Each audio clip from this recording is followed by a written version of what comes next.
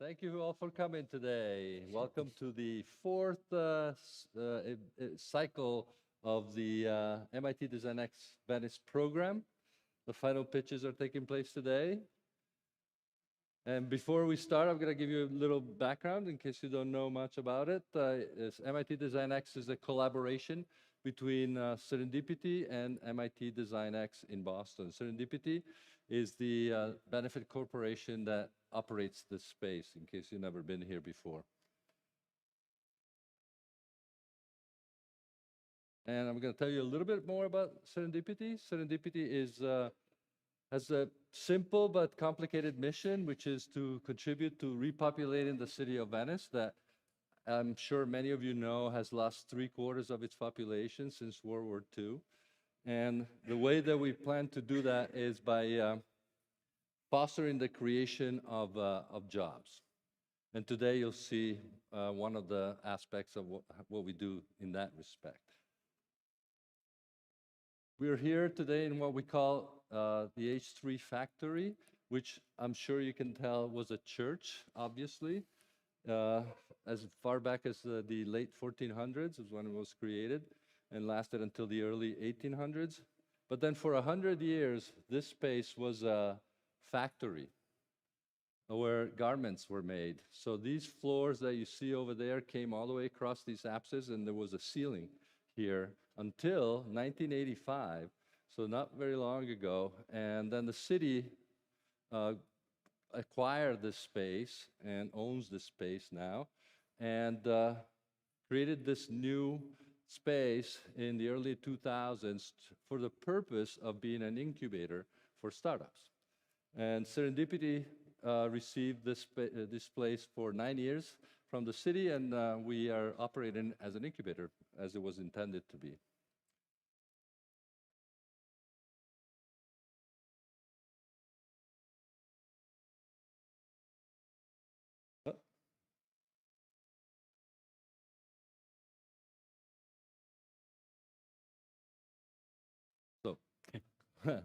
What does Serendipity do besides the startups that you're going to see today? We do a couple of other things. One is cultural events, cultural performances in the space, which obviously lends itself. We have this gigantic new screen, probably the biggest screen in Venice right now, that we can use for all kinds of performances. And there's going to be one coming up in a couple of weeks by the Academia of Arts in Venice. And we also host, and we've been hosting, students from the Worcester Polytechnic Institute in Massachusetts, where I have the honor to teach. And we've been bringing students to Venice from Massachusetts since 1988. On December 8th, if you're around, we're going to present the results of this year's cohort of students on the day of the Immacolata at the same time, 4 p.m., in case you're here. But the most important thing and why we're here today is the MITdesignX program. And this is the 4th year of the program. And so far we've accompanied about 40 startups through the process of from idea to launch, which is what the program is all about. And so before I hand it over to Gilad, who is the director of the MITdesignX program, I'm going to thank a few people. First, I'm going to thank you all for being here. I've already done that. So thank you for being here, and thank you for the people who are actually watching us on streaming. This is being streamed right now, so there's people around the world possibly watching this, and it will be recorded and placed on our YouTube channel in case you want to watch it afterwards. I'd like to thank the City of Venice for our partner, who owns this space and gives us their blessing and lets us use it for 9 years.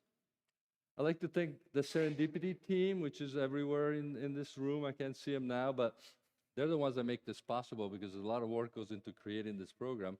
This program goes on for, since September, we've been having workshops every 3 weeks. We have 2-day workshops. Gilad comes from Boston to follow the teams, and so it's a big effort, and it starts as early as March, where we begin the new cycle for next year. So thank you, Serendipity team. If you're out there, I can't see you, but I'm sure you're there. And thank you to all the assistants that are helping us today, all from the Conservatorio di Vicenza. All the setup with the cameras and everything, the lights that you see comes from our friends Davide, Andrea, and everybody else who came from Vicenza to set this up for us so we can do the streaming and everything else. And thank you for the sponsors and supporters that help us make this possible. You'll hear more about these later when we give the prizes. And thank you to the mentors. I know there's mentors in the crowd right now. This program is really not just teams and teachers, so to speak, but there's also a whole bunch of mentors. A lot of people who have experience in the world of startups that Gilad and others find and pair up with the teams, and they follow the teams through the whole process and beyond, because this program, one of the features is that it never really ends. These teams can come to see us anytime until they give up. We don't give up on them. So this is a forever program in a way, and the mentors continue to follow the teams even from 3-4 years ago. And thank you to the startup teams who are in the back right now. You'll get to see each and every one of them today for putting in this great effort. It's always it's sort of bittersweet situation at the end of the program because we got to know all these teams very well. We love them like our children, and we hope to see them after today, obviously, as well. But it's always it's a pleasure to see how far you've gotten, but also a little bit of sadness because we're gonna go off into the real world after this. So we'll see you again, I hope. And thank you to the jury. There's 5 members of the jury here up front who are going to give the jury prize today. And I think, here's the list. So I'm going to, maybe you can stand up for a second. Alessandro Aneda, it's alphabetical. So Alessandro, he's from Giudecca, a lawyer, a startup lawyer, working for a big studio in Milan. And the studio is actually giving a prize this year. Thank you, Alessandro, for being a member here. Alessandro Costa is not here. But Luca Farina is not here yet, but Luca Farina is the head of innovation of the Venice Sustainability Foundation, another of our judges today. Thank you, Luca. And Judy Nietzsche, who is trustee emerita from WPI, graduated from WPI like I did, and is now following the students that are completing their dissertations here in Venice with Luis Vidali, who's the other faculty professor here in Venice from WPI. Thank you, Judy, for being a member of the jury.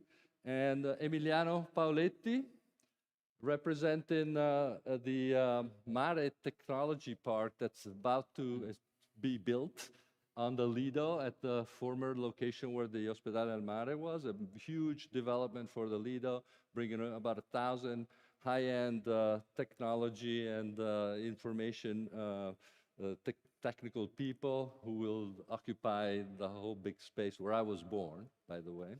I love that. And that's a big thing. Thank you for doing that for Venice. And finally, but not least, Matteo Silverio, who is an alumnus of this program from the first year, I think, who recycles Murano glass and creates amazing things with the recycled glass. His company is doing well, I think. He not only pays himself, but he actually has employees that he pays. So it's one of our success stories. Thank you, Matteo, for being here today and for being with us through the years. Okay, thank you to the jury again. And finally, but not least, again, the MIT faculty that comes from Boston to follow these teams every year. First and foremost, of course, Gilad, whom I'm going to pass the baton to in a second. But we also had Monique Fuchs this year for workshop number 3. She's wonderful as well. And these two at the bottom are the sort of the behind the scenes big players that founded and direct the program in Boston. This program originated at MIT in Boston, has been now spreading through the world. So I'm going to pass the clicker to Gilad, who is going to introduce the startups as they present. And if you want to say a few words, you could do that as well. Down is forward. Down is up. Okay. Great to see everybody. Everyone back there, all the teams are back there, ready to come up on stage. So I'm not going to be here too much longer. I'm going to clear the way. But thank you, Fabio, and the whole team here in Venice. And I can't believe this is our 4th year already doing this. It's, you know, when you called us up, we got an email from Fabio years ago, and it says, I got this really cool space here. It's a church turned into an incubator. Can you run a program? And you know, it took about 2 seconds to answer, saying, yeah, we'll be right over. And we got it going. It took a year of COVID to get through until we actually got it going. And then here we are. And you know, and every year we just improve it. And the quality of the teams, though, from year one until now has been incredible. And it's also a sign of what's happening here in Venice, especially. We also run this program elsewhere. We started it and still run it every year in Boston with MIT students and faculty. It's our 10th year now running it at home base. But we do this program also in just outside Geneva, Stockholm, Dubai, Mexico City, Hong Kong, all over. And every time I come to Venice, I'll be honest, it's my favorite place to come and run this program. But also the quality of the teams and what you're doing here, extremely impact driven, right? And I know that is what we look for always in our teams around the world. We want to see the social impact, the environmental impact that you create.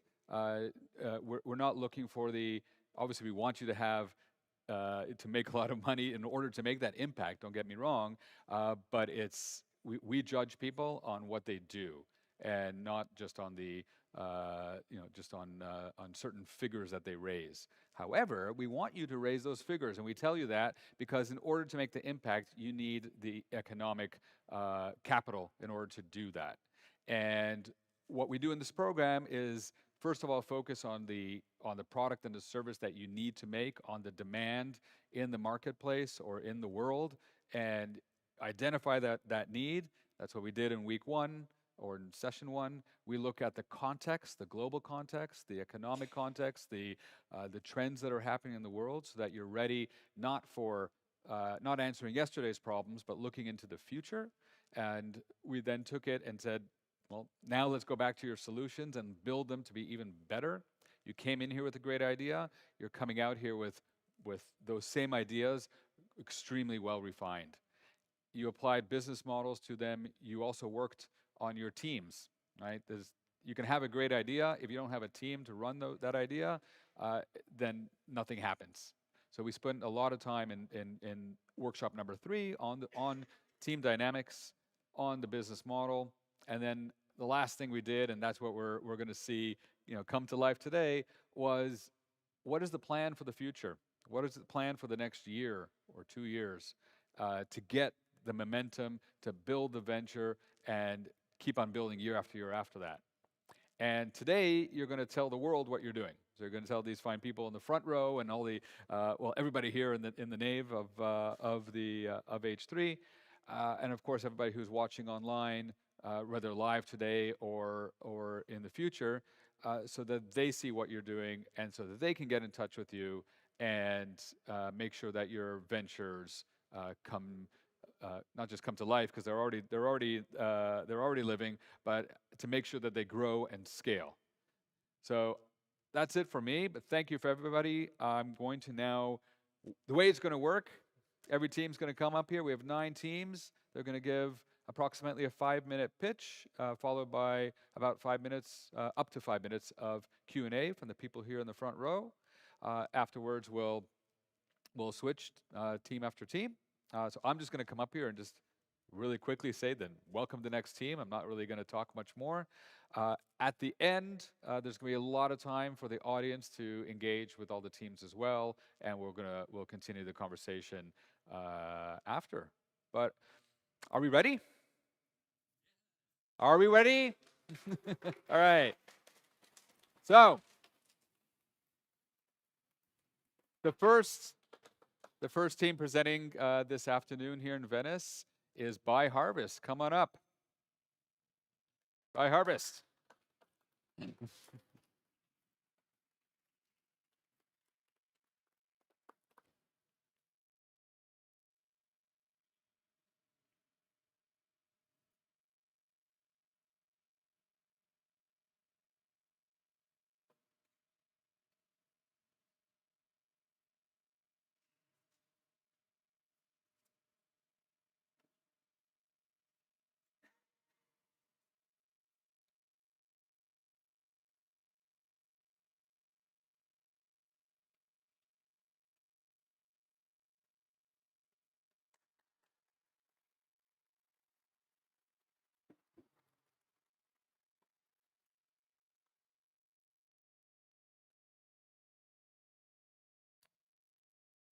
Good afternoon.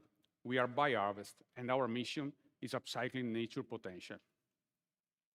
Each year, the EU wastes 59 million tons of food. This generates more than 80 million tons of CO2 and represents massive loss of waste, energy, and labor. Food waste is not just an environmental issue. It's a structural inefficiency in the food system. Part of the 59 million tons come from household and retail, but the remaining part happened even before food reached consumers. About 6 million tons at farm, 11 million tons during processing, and 4 million tons across logistics. This is edible, nutrient-rich material, yet is discarded on a daily basis. These losses reveal how fragile our linear food system is. Produce, process, distribute, and discard. This system depends on constant inputs, create waste by design, and is vulnerable to supply shock, volatility, and geopolitical tensions. A circular system, instead, reintegrates unused biomass, improve resource efficiency, and increase resilience. This is exactly the direction of the EU Circular Economy Action Plan. Policy pressure is now accelerating adoption. The Waste Framework Directive set binding 2030 target, 10% reduction in processing and manufacturing waste, 30% per capita reduction across retail, food services, and household. This creates immediate demand for solutions that transform unavoidable surplus and byproduct into useful, traceable materials. Our belief is simple. Waste isn't a problem, it's a forgotten raw material. This is what By Harvest stands for. We turn surplus vegetable into nutritional powders.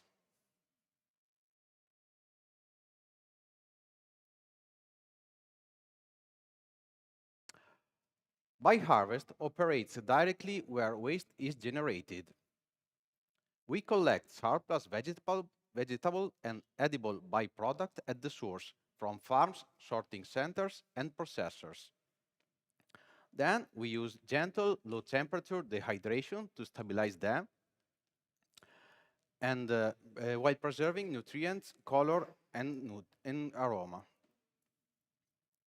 Then we produce clean label vegetable powder with no additives, starting from traceable circular raw material that would otherwise be discarded. The output is clear, single ingredient powder where nutrients are preserved. Our powders seamlessly integrate into high-demand B2B application. The main market is food manufacturing, where we can provide natural sources of color, flavors, and fibers.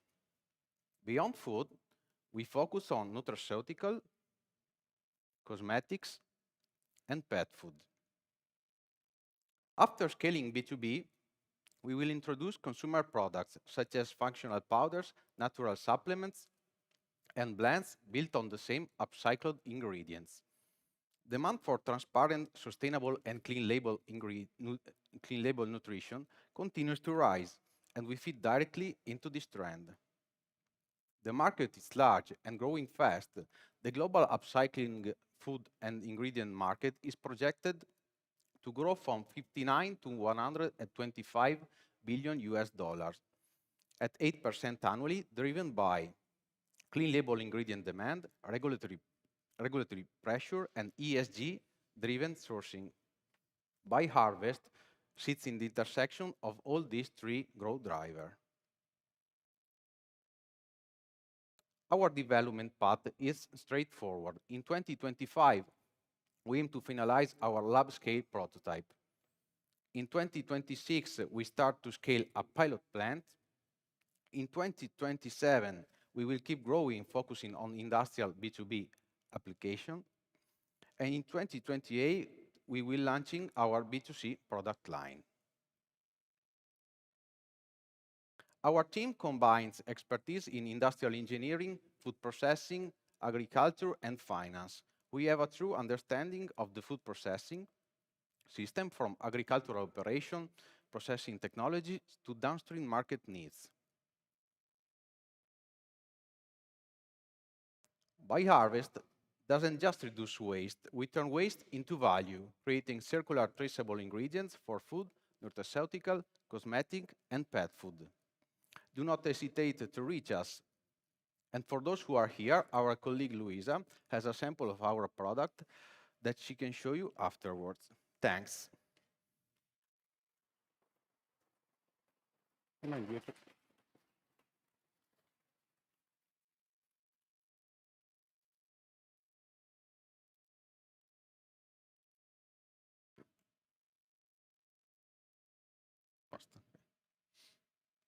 Do you have any question? Okay.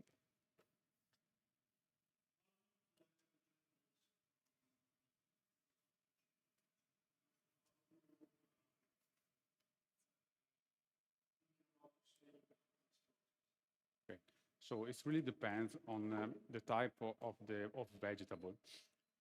Right now, we are focusing on the byproducts of processing plants, like, for example, the tomato peels. So we are in talk with the processor that have a huge volume of this byproduct. And then following food safety chain, let's say, we can collect from them and then bring to our site and then process it. And then you can have also other type of vegetables. So maybe, like, for example, one that we have here, we have the leek leaves, that in that case is also come from a processing plant. But in that we have a different pre-processing before the dehydration. So it really depends on the type of vegetable. Yeah. Basically, all the vegetables that are processed in, for example, the tomatoes that are processed in the processing plant, they have all of the vegetables that are there. They have to have they have a standard to respect. So it's basically it's already under the limit of the residue of pesticide. But in any case, we after to follow the HACCP regulation, we have to do the analysis to be sure that there is no residues.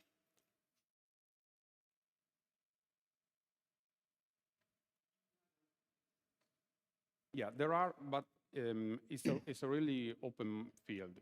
Because there are, for example, other competitors that collect, like, for the fruits, for example, they are ugly fruits, and then they process it, but they create the dried apples, for example, and or there are other competitors that are maybe just focused on one vegetables. Instead, we design our system to be flexible and to be able to receive the tomato peas, the leek, the pumpkins, many different kind of vegetables.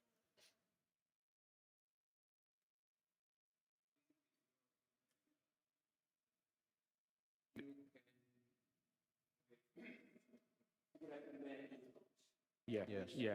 yeah, exactly.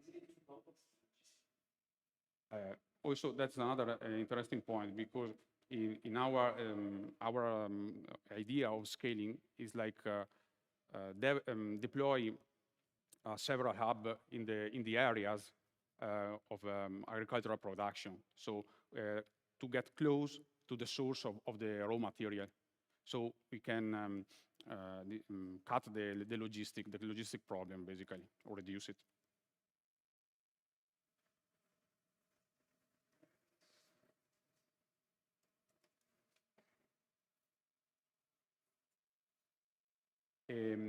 It's really, I mean, in our case, we develop our prototype. You can do it basically in many ways, but we develop our proprietary process to optimize the variables that we think that are important. So to preserve basically the majority of the nutrients basically that are inside the vegetables.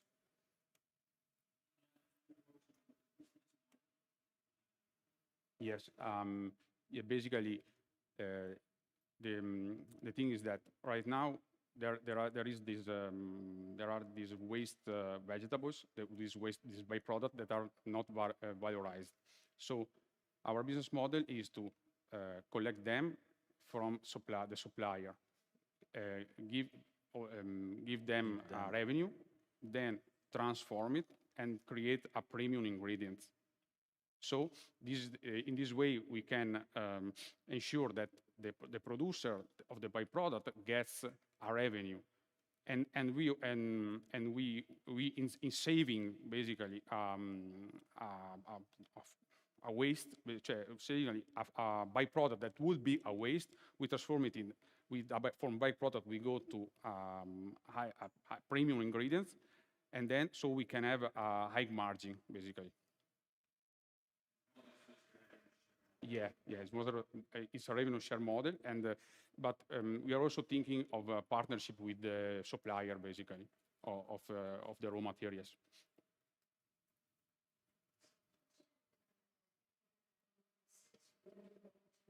Mm-hmm.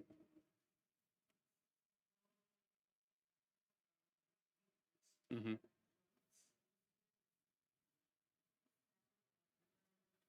No, yeah, basically for pilot plant, we are not thinking a big pilot plant. It's like a smaller a pilot plant that we will prove our model, but it's not like it's not a huge dimension. So we are thinking about a plant that can go for like can work 1 ton a day of product of byproduct basically, and so it's not going to be huge, and also it shouldn't have so many problems on the building basically, because we already have experience in our career. We already have experience of building plants and process the food, so we already know how we have to move basically.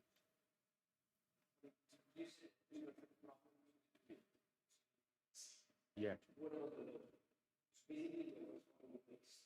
No, I know that's an interesting point, because we transform byproducts.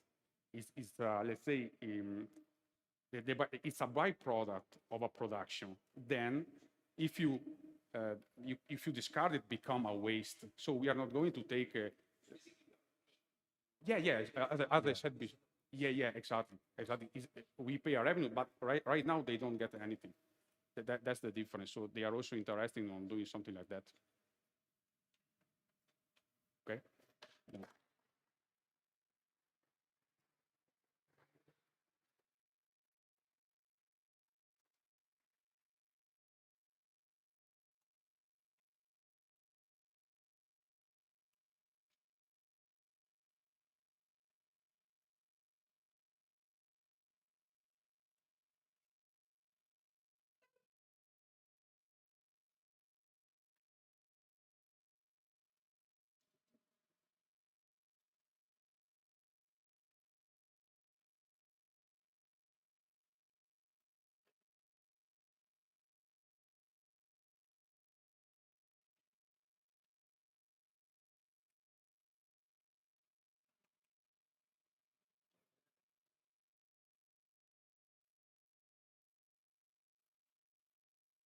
Hi to everyone.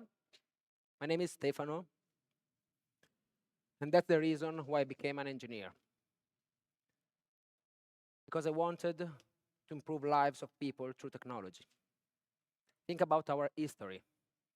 Words, pictograph, prints, radio, television. Technology often comes from war, like GPS, computer vision, and the internet itself. What do they have in common, those stuff? They are ways to communicate, but with war, we are not communicating at all. But there's another path to innovate. Think about TV remotes, elevators. They were born to assist people with mobility challenges. And they now benefits everyone. We believe true innovation must be inclusive by design. And now our society is taking the next step. We have artificial intelligence, Internet of Things. The promise is that we can connect to everything, but we are failing that promise. Infinite apps, infinite logins. We have built smart things, but we forgot to make them truly communicate. We need a way to make everything truly interconnected with everyone. For that reason, we are building the BrailleFly Link, an AI-based system aggregator, a universal translator which provides an accessible interface for users to control smart things, and to providers tools for easily deploying accessible informations.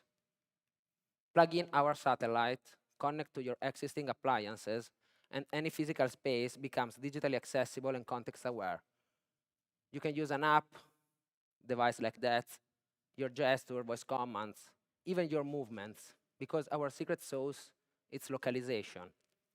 Unlike other connection systems, our mesh algorithm triangulates the user, allowing to use your position as part of the recipe. You can point to the door and the door unlocks. You can point to your ear and you can hear your lost notifications. You can point to lights and the lights adjust. The music can follow you room after room, device after device. The system adapts to you. We are not competing with big tech. They provide Wi-Fi, Bluetooth, and other physical connection, but we leverage them by adding the accessibility layer. We don't replace, we aggregate and simplify. We adopt an Arduino-like model. Initially, we sell the hardware and open the framework to remove adoption friction. But we monetize with the intelligence, accurate tracking, advanced analytics, premium features for businesses and cities. By making IoT accessible, universal, and easy to use for everyone, we open the door to the purple dollar,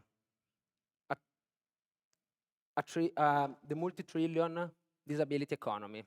And in the meanwhile, we are simplifying tech for everyone.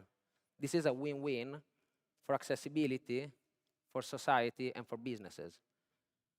We are a team of scientists, AI researchers, and engineers with a dream to leave this world better than we found it. We have learned how many possibilities there are close to the margins. We had the opportunity, for example, to meet Fabio, who is blind from when he was 16. We watched him navigate this world using simple gesture and audio feedback like that.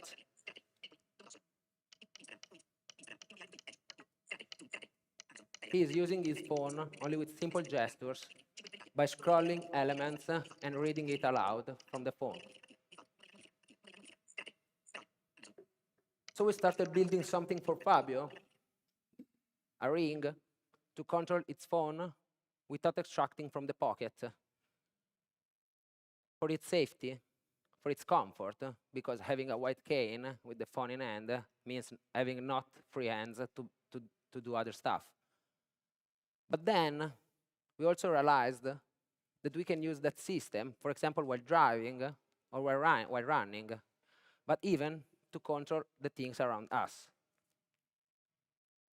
We'll start in Bologna, thousands of blind citizens, one of the most accessible cities, and already proven interest by some public providers. Then we release the tools, so other providers can build, other cities can deploy. We would like here in Venice, for example, where we have met amazing people. Because our aim is creating a new standard for making smart things accessible. Because technology is magic, only if it reaches everyone. We are BrailleFly. We are not just connecting devices, we are connecting people to their world. Thank you.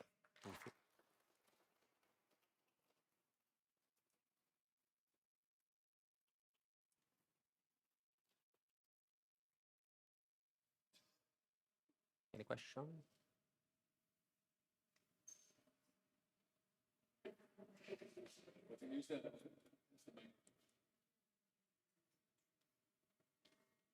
Okay, Okay, right now, from an accessibility perspective, no competitors at all. There is Matter, which could be the main competitor, but it's even our main advantage, because from a connection part, they've already done everything. Everything can use Wi-Fi, Bluetooth, thread system to interconnect devices, but they are not providing metadata context for users like Fabio to use a screen reader, or for users like the runner to integrate directly with its, I don't know, smart ring with fitness tracking features. There are a lot of work to make them easy accessible to everyone, because, yeah, there are solutions, but I don't see them around me. So they are not ready for the world of today.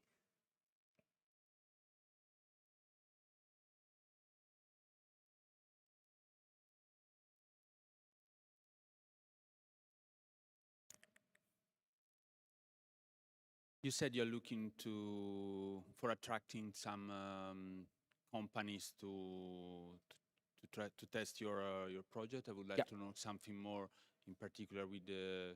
I saw there was a The airport, transport company. yeah, transport company. Because I think it's quite easy to understand how this system can work in an interior space. Yeah. But outside, probably it's very and that's different our and much challenging. our first market will be indoor and personal devices. But then, after having tested the framework, after having refined it, to provide easy tools, we have a agentic system, artificial intelligence to build, let's say, by words. For example, a restaurant can give its menu through the system. You can use it through your phone. Maybe Fabio can use it on its earbuds. Maybe other possibilities, because what we are doing, it's connecting the input with the output. But we are not creating new input. Only this device is one input system. But and the output are already done, like a screen reader. For example, to use the phone of Fabio, he doesn't need an app, because this is connected through Bluetooth, and it fakes like a keyboard. So for that case, you don't need an app, because it's like you are sending keyboard commands to make the stuff. It's the same stuff that I'm doing here to control this presentation. And we are building the framework to do with an app, or maybe something integrating an operating system, the way to communicate more metadatas, to allow application to know the context, and then we don't build, for example, an artificial intelligence on the cloud, because we want to make the system local and work even if you're not connected to the internet. So it's your artificial intelligence on the edge that knows you and uses information around the environment to provide you the information that you need in that moment. For example, I'm exiting from my home, and I don't have to remember to light off to turn off the lights, but the lights turn off alone because I'm outside my home. Maybe the door locks because I'm far away and not inside, but outside. And we have technologies to do that, but nobody is connecting everything together, because everybody is thinking, okay, I want that market only for me, I want that market only for me. And so we have infinite apps in which we can do everything only for that provider. We can do everything with another app only for that provider. We can do everything with the third app for the third provider. But there is no single app, a single framework, a single protocol. It's a sovereign protocol over Matter that can connect everything by giving also information needed to make all the things communicating between them.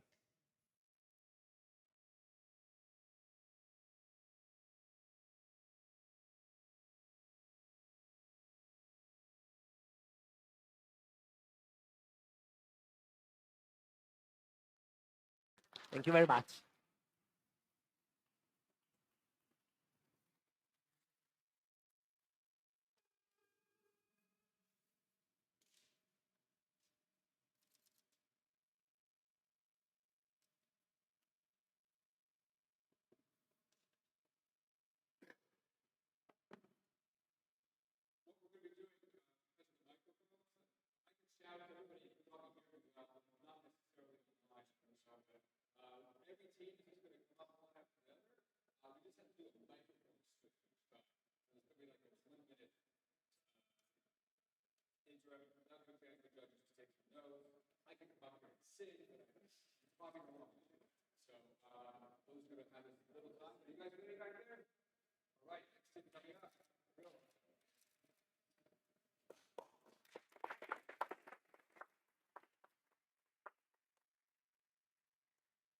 Good afternoon, everybody. It's nice to see all of you here.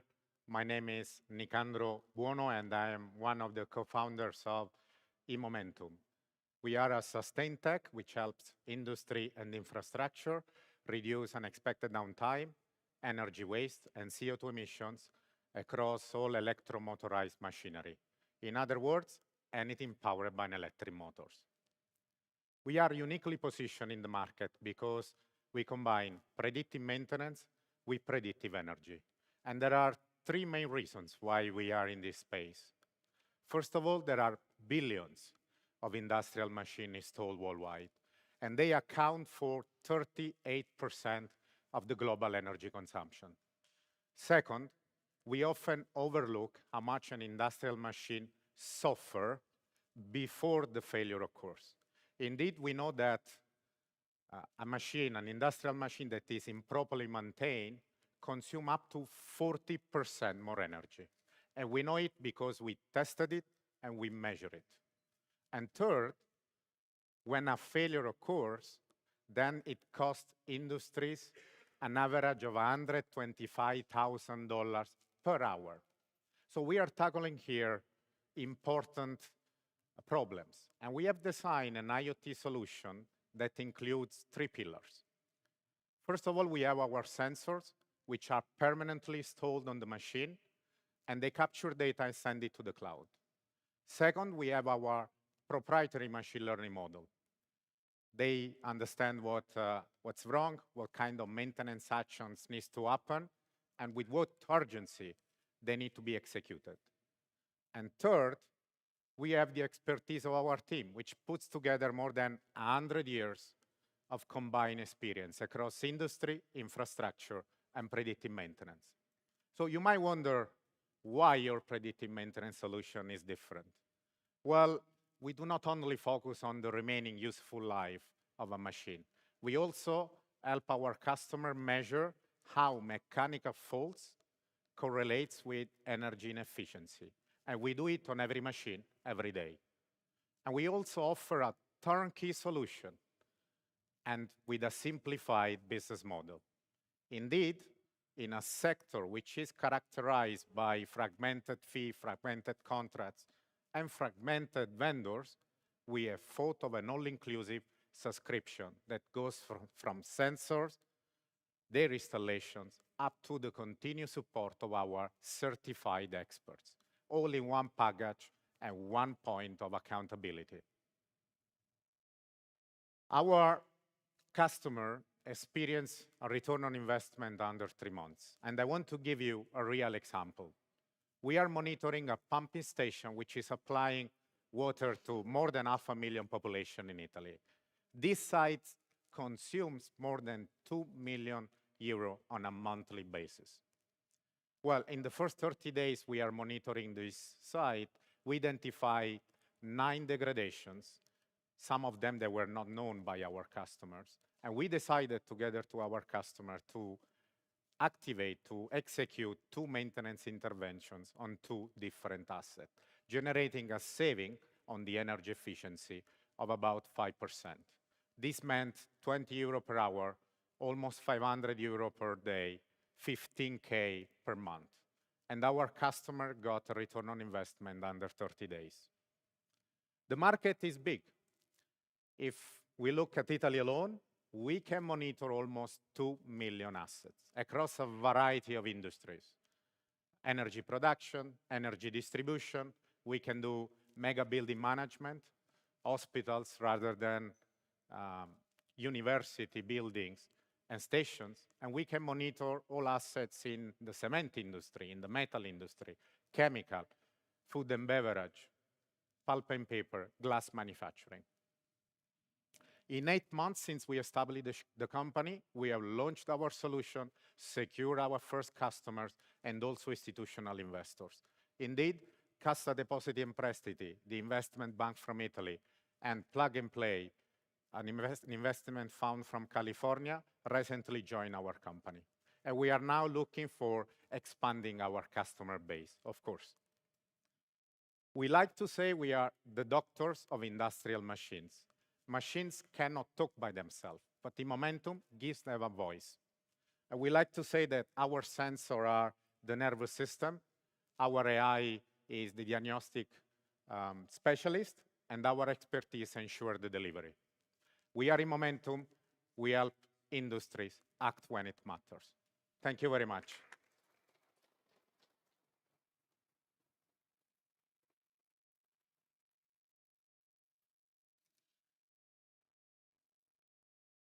Ciao, thank you. Can you hear me? Yeah. Can you tell me more about competitors? Do you have any? Yeah, absolutely. So there are, it's a space where it's characterized by many competitors when we talk about predictive maintenance. If we go to end-to-end offering, then competition is reduced to by a lot. And if we consider the combination of predictive maintenance with energy intelligence, then we are also reducing dramatically the number of players. We can really count them on a hand. So it's coming that people want to understand why maintenance and energy go hand in hand. And we said that an industrial machine that is not properly maintained consumes more. It's something that we can understand even in humans, for example. If we are injured, to move, we burn more calories. And we went to test and to understand how these two aspects are correlated. And this is something that is coming. And how we are doing this, no one else is doing that at this stage. Okay.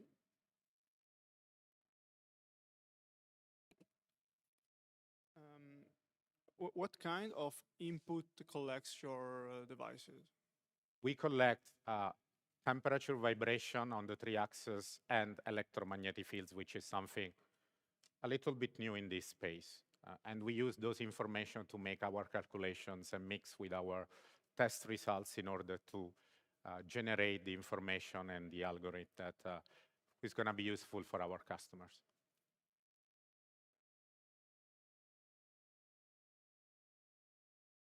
Kind of on the same line, I'm curious to understand who's doing the work to create the equipment that's tailored to each of the different applications. Like, how much work is required to do that, and how specialized is each one? So the question is, how specialized is the work you have to do to make this application work in different settings? Okay, that's a very good question. So our algorithm thinks in terms of systems. It does not think in terms of segments. So if you think about water treatment, it's something that it works the same way, either if you are in oil and gas, in chemicals, in distribution of water to population, in food and beverage.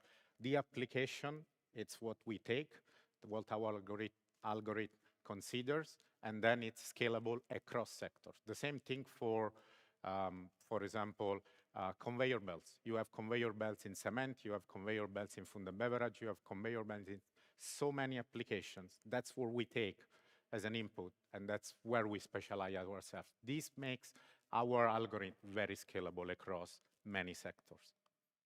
Did I answer your question? Yeah, but so if we took a brand new plant and you were to put it in, that'd be one thing. And then if we have another application with years of deferred maintenance, how do you make your device work for the place that has a lot of deferred maintenance to begin with? So we sensorize, first of all, the asset, and our sensor are installed in a few seconds, less than a minute per sensor. It's very easy, non-invasive. Then we collect data. We need 60 data points to do the baseline, and then we can already generate insights.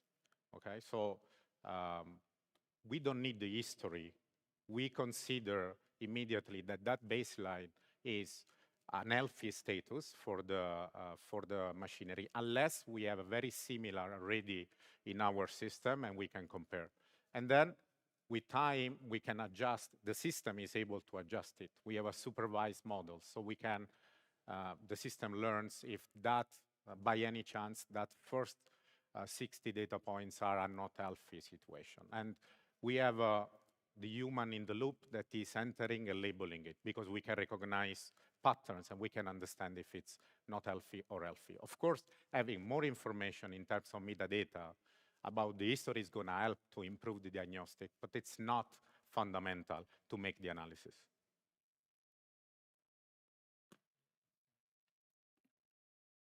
So basically, your sensor can work on old machine, or you have some specific machine you use to put it? So anything powered by an electric motors. We can work with motor, pumps, generator, separator, gearboxes, blowers, anything that has an electric motor, and has to make sense, right? If you have a motor that costs you €100, it costs more monitoring than changing with a new one. But has to make sense, has to be critical as well. What does it mean it's critical? It means that if it stops, it's stopping the production or the erogation of service, or sometimes it's far away. So in order to inspect it, you need to take a trip. It happened in some cases. So these are the type of machines that we can monitor.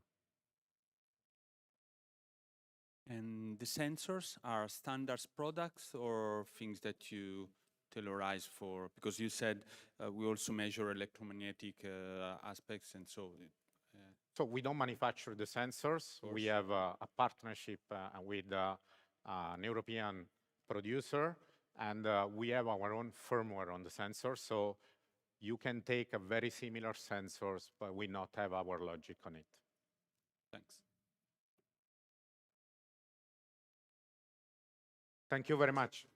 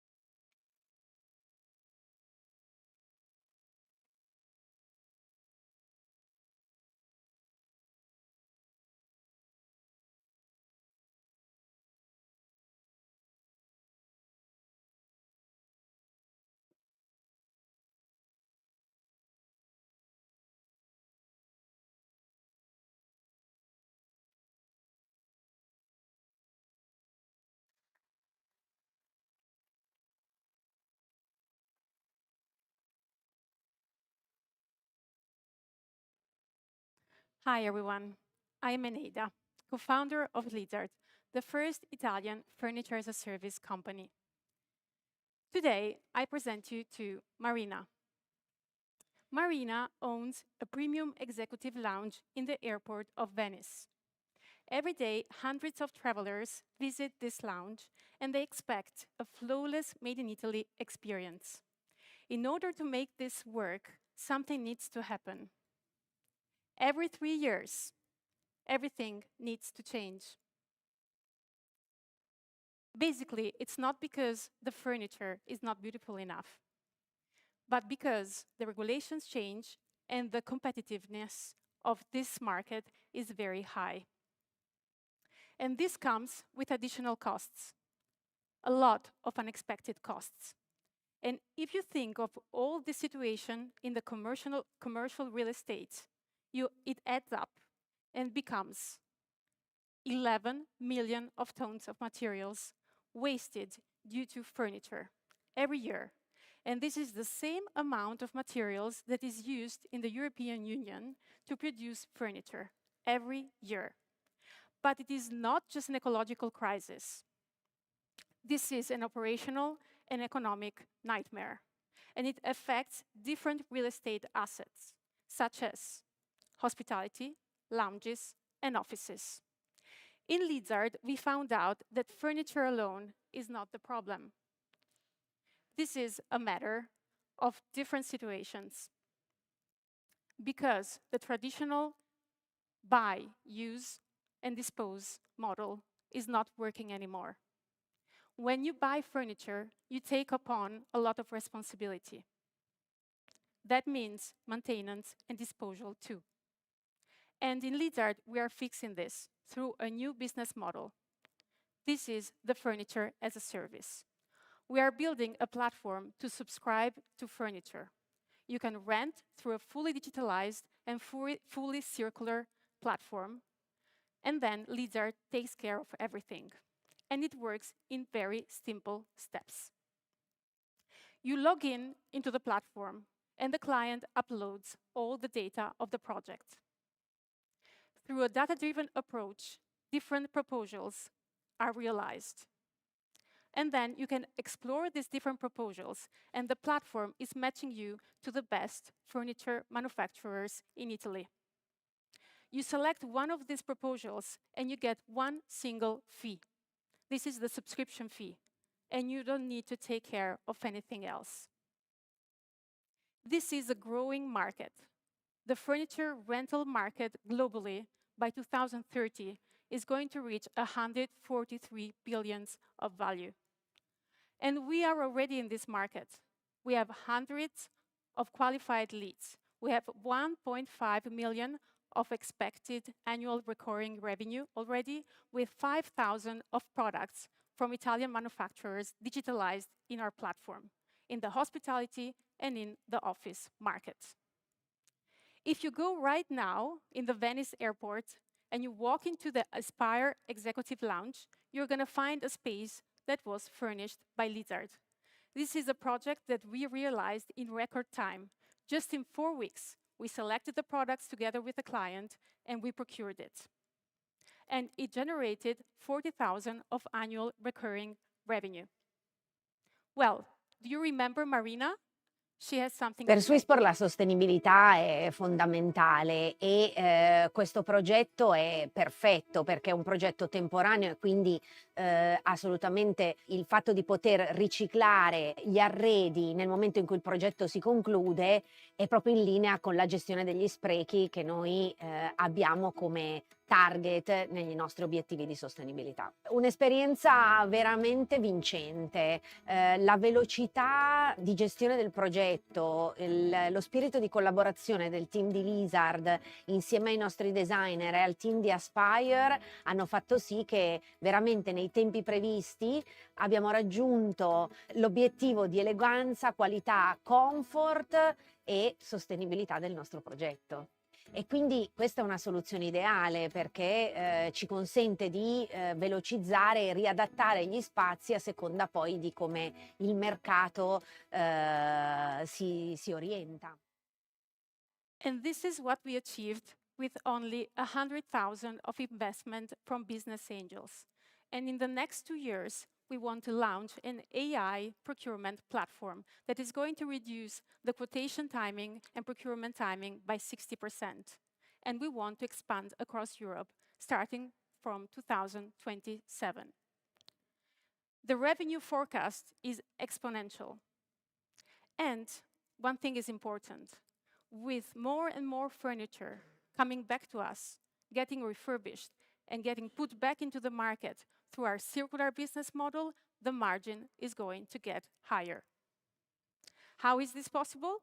Through a winning team that combines background in the real estate market, in the furniture market, and in technology. And together with the Killer Advisory Board, we are doing it.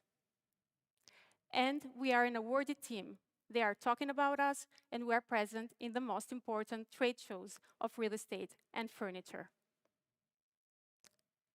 Imagine a world when companies don't buy furniture anymore. They subscribe to it, and Lizard takes care of everything else: delivery, repair, and reuse. And this is already happening now here in Venice. So stop wasting and start renting. Thank you.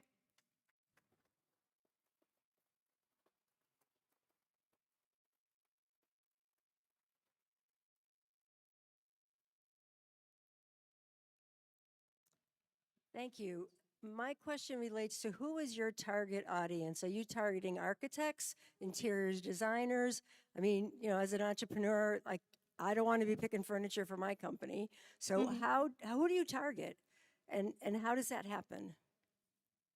Starting from our experience in the real estate business, since we have the background and we had several connections from real estate developers, we started targeting them. So we started to talk through to international real estate developers that have many multi-tenant offices that they are building right now, starting from Milan, because in Milan is where also most of the best furniture suppliers are, and in Veneto too. So we started from this part of Italy and targeting also the real estate in this part of Italy. By targeting the real estate developers, we saw that also the operators in these spaces are very interested into this service. So we started to talk with operators such as Swissport. So Swissport is not the owner; they are an operator who gets this the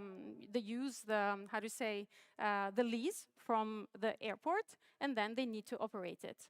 So we started to talk to operator too, and usually in this matrix, there is always the architects and the designers of these operators that we need to talk to. So for sure, architects are for us a facilitator. Sometimes is the architect that comes straight into the platform, and they are the main, let's say, contact for Lizard. Sometimes is the developer or the operator that starts the connection, and then the architect gets involved afterwards. So it is a multiple-sided platform. Okay, and I noticed that you had an advisory board, and it just went by too quickly. I saw the first two are engineers. Do you have architects or interiors people on your advisory board? Yes, so we have 4 in our advisory board right now. So 2 of them, they are expert into furniture and technology. That is for us very important. And the other 2, they are expert in business. So they have experience in scaling up startups and exiting successfully from startups, because I think it's very important also to have that kind of support for a startup that wants to grow successfully and fast. And as well, one of those advisors, they have deep experience in logistics, because we are talking about furniture that needs to go in and out and be reused and repaired. Logistic component, reverse logistics is very important, and we got that advisor as well. It seems like you've thought about a lot of aspects of this, but I guess I'm coming back to what I used to say at my office whenever we had a new office or we moved. I'm not picking colors, I'm not picking furniture. We need experts to come in and do that for us, and they want to make sure it's happening very consciously, so that it's, you know, everything comes at the right time and so forth. But I'm just curious, like, what would architects think, or interior architects think of sort of being elbowed out a bit? We see, that's not the first time, that's a great question. It's not the first time that we receive it. We see architects, interior designers as partners. So our digital platform and circular platform assists these experts and doesn't substitute them. It's a way to make it faster, is a way to not limit yourself in who are the furniture suppliers that you know, but be able to source from a bigger digitalized catalog. So you can go much further compared to the first suppliers that you usually work with. So it expands and it amplifies the knowledge of the architects and interior designers. Okay, thanks. And the furniture you lease, do you first buy and then you lease it, or you have single agreement with producers that make available just for leasing, not for selling? How does it work? we have commercial agreement with furniture suppliers, and it works as a rent-to-rent commercial. Basically, in the beginning, the suppliers keep the ownership, and we rent this furniture. And then in the second life cycle, we can decide, there are 3 things that can happen. The client can decide to buy the furniture, because sometimes it happens that they use it for a while and then they decide to take it back, to buy it completely.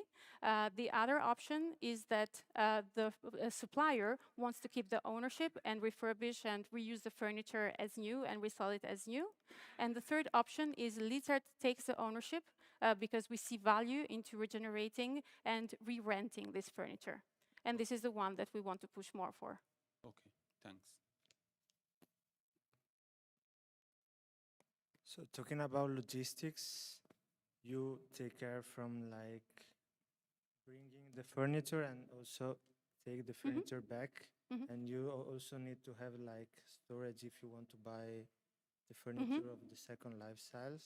Yes. You use like logistic operators, like external logistic operator, because it's sometimes it's not easy from a logistic point of view, I think, to manage this aspect. So how do you manage with your supplier or directly with other operators like logistic operators? Both of them, because of course a part of the logistics is managed directly by the logistic partners of the suppliers, and especially the first time. We also have agreements with global third-party logistics operators and with innovative storage partners. We don't plan to have our own storage spaces. So we want to keep that external. But what is very important is, of course, to manage these operations in the best way possible. And therefore, also the integration of the digital platform to also the system of operation management for the logistic is very important. And we are working on that as well.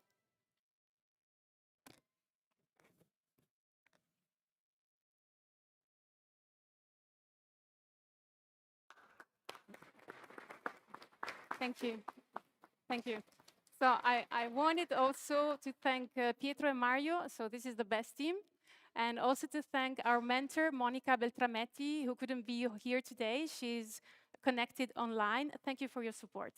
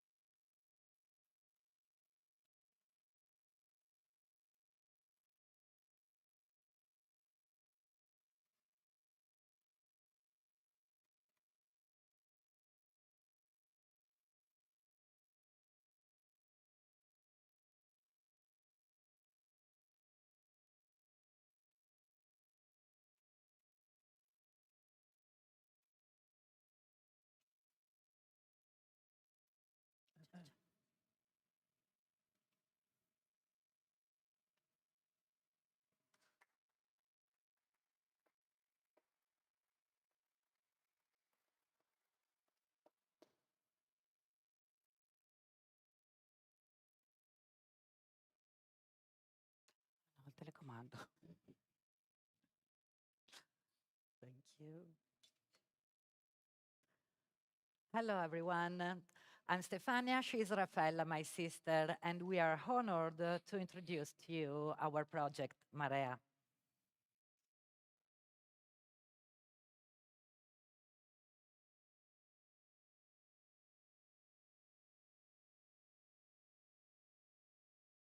The Venice Lagoon was one of the most important crossroads of maritime trade routes between the Far East and Northern Europe. Traditional bricolage, centuries-old wooden channel markers have been used by sailors ever since to navigate the challenging lagoon waterways. For centuries, Venetian markers were nowhere to be found in the dark, posing serious navigation hazards and causing fatal accidents, until now.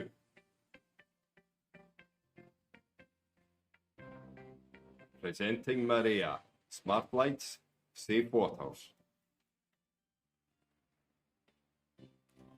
Well, Raffaella and I inherited the sensibility to these issues thanks to our late father, Sergio, who spent his life to navigate the lagoon and years to find a solution for safety navigation, because night accidents were growing from 10 to 15% year over year in the last decade.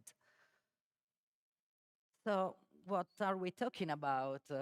Our Marea product is an hazard marker, and it's 100% solar power with an incredible autonomy of 400 hours without sunlight.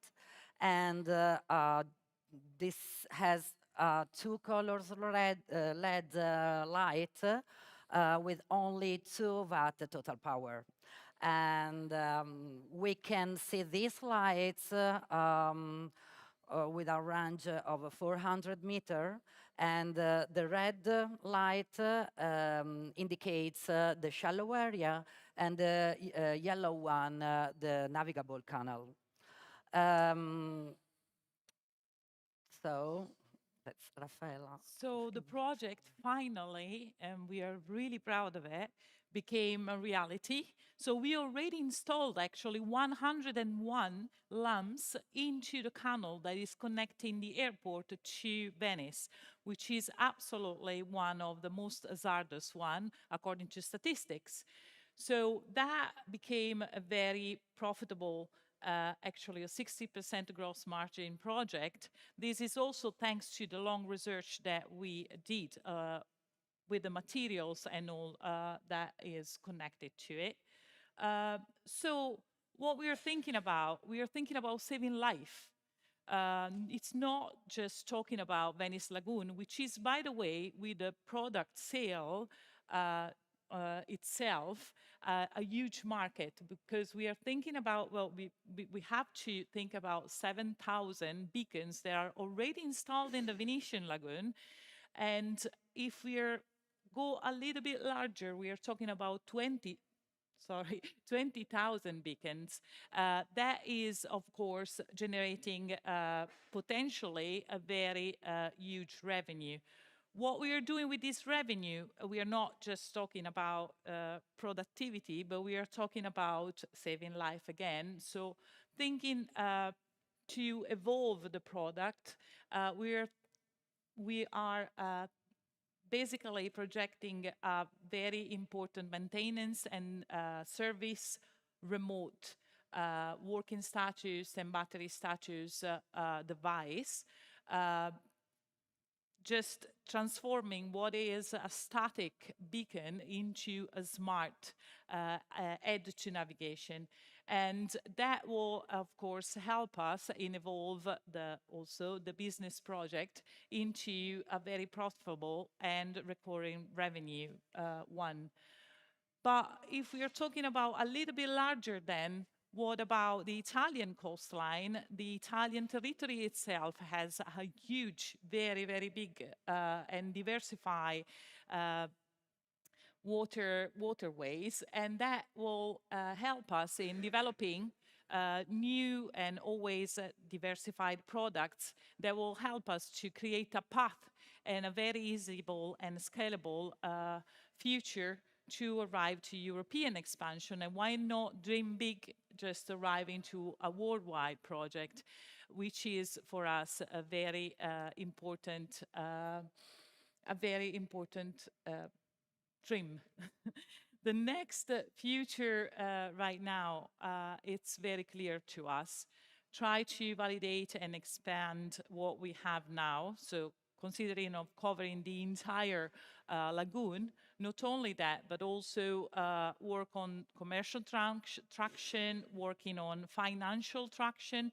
That will means also optimize production costs and operational process. And on top of that, of course, invest all that what we can to develop an even safer and smarter device to navigate any waterways around the world.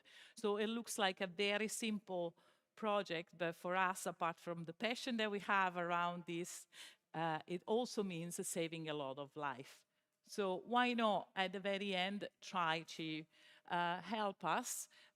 We are a team of 5 people right now. Of course, we know we need to expand with other expertise, but we are working on the sales and partnership, business and marketing, and operation and research and development. And on top of that, of course, analysis and media. So we are just wanted to communicate our passion and try to, and let's try together to light the future of maritime safety.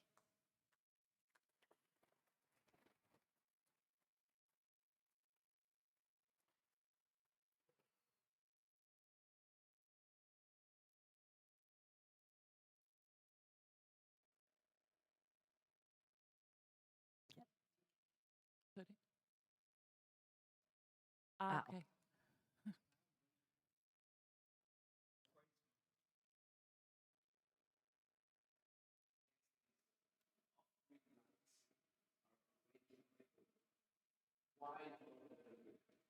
All right. So our competitor, the market is very fragmented. What we have right now, we are talking about Add-to navigation, which is a very niche market into the maritime, of course, lighting.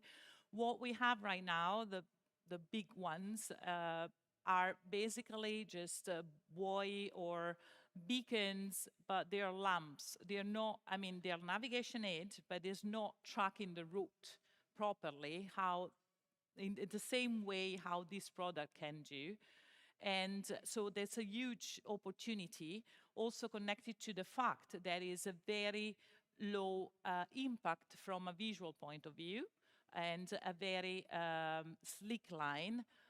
And the amount of market that we can cover, especially considering old and historical nearby coastline navigation route, is very big. You know, I'm sorry, it's a marker, and so most of our competitors are lighting with strong lights, and we can't in the lagoon can't be illuminated. We had only to mark the hazards, you know, and actually. Yep.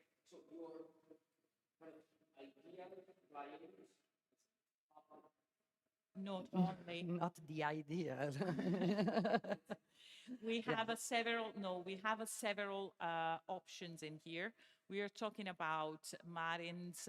We are already connected and have a strong connection with the network with the marines and the harbors. We are talking about lakes, where again there's a huge commitment because we already got in contact with some of them to try to find a way to market the hazards into the lakes. So of course, our actual main contractor is actually the public administration, but our aim is working together with the private also to illuminate and make everything. Sorry? Yeah. Yep. Yes, of course. We already had the approval, and we already, okay. Yeah, absolutely. Yeah. Absolutely.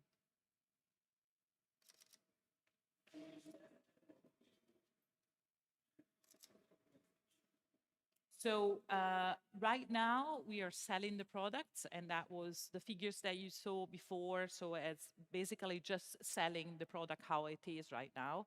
What we're going to do, of course, we have a maintenance contract right now, but to cut off the cost of the huge maintenance cost, what we are developing is the smart device, so we can proactive intervene before, of course, the product needs to be changed or anything else could happen. Well, we are thinking in the future, or maybe not so far, to rent it, or better to sponsorize, for example, sport competitions, because very close we know the environmental place, and so we know that, for example, in a competition, people arriving with the seaboats, they can't they can see the marine, the arrival, but arriving there are the canal that is no straight, so just to put some lights to show the way, and beginning as well to show the product, sponsorizing competitions, or just for rent. We are very open-minded about it.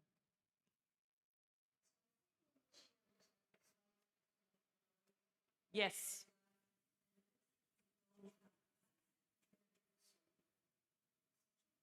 Okay, the operational is exactly the same. So this is, of course, is not going to be in there once we have. And it's basically a device that is not covering, it's, of course, proven and tested for not covering the solar panel. So this basically is just trying to avoid the birds.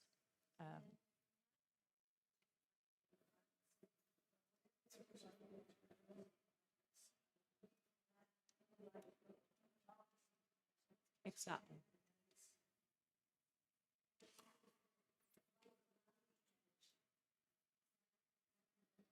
No.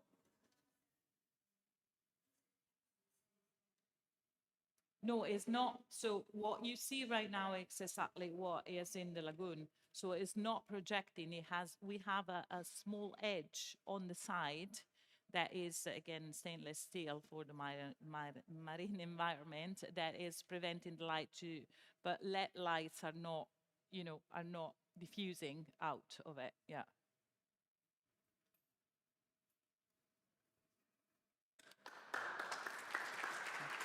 Thank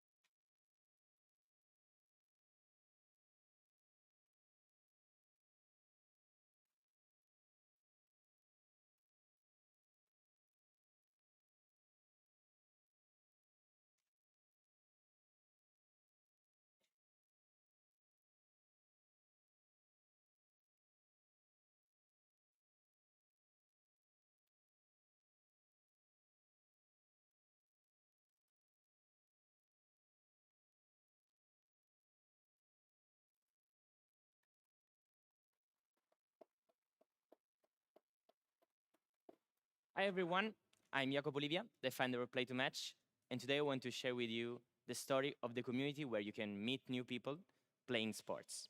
So everything started with a question: how can I find people I really vibe with? It's my question because I was in a new city and I don't know anyone, so I don't have a group of friends. And I started to think, how can I meet new people? So for this reason, I came to two different opportunities. For example, We Road started to make travel with strangers, Time Left dinner with strangers, but I'm honest, I don't feel so comfortable to go in a situation like this. So I started to think about what I made when I was a child to meet new people, and I came across sports. So this is our community. When we started, we didn't imagine to create something like this. This is our players. In fact, you notice also my face in the pictures because we play a lot. Our team play a lot. with our user, we talk with our users. And for example, yesterday I made the 10th game in a row. In fact, my voice is a little bit low today because I'm very tired, but I'm very, very happy about what we are building. So, started with Play to Match that let you make sports with stranger. Of course, why we choose sport? There are a lot of advantages. For sure, better physical well-being. Of course, the stronger social skills because you have to talk and collaborate with others, and also collaborative mindset. So people are in the right mood to create new relationships.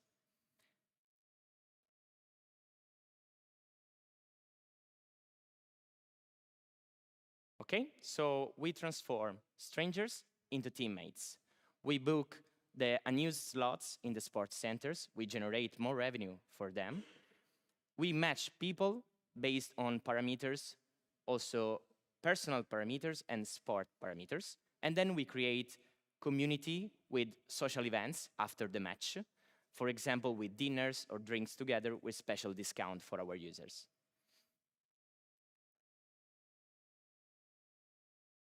Before Play to Match, a lot of people used WhatsApp, and it becomes an endless chat with zero game organized, because maybe you already use it.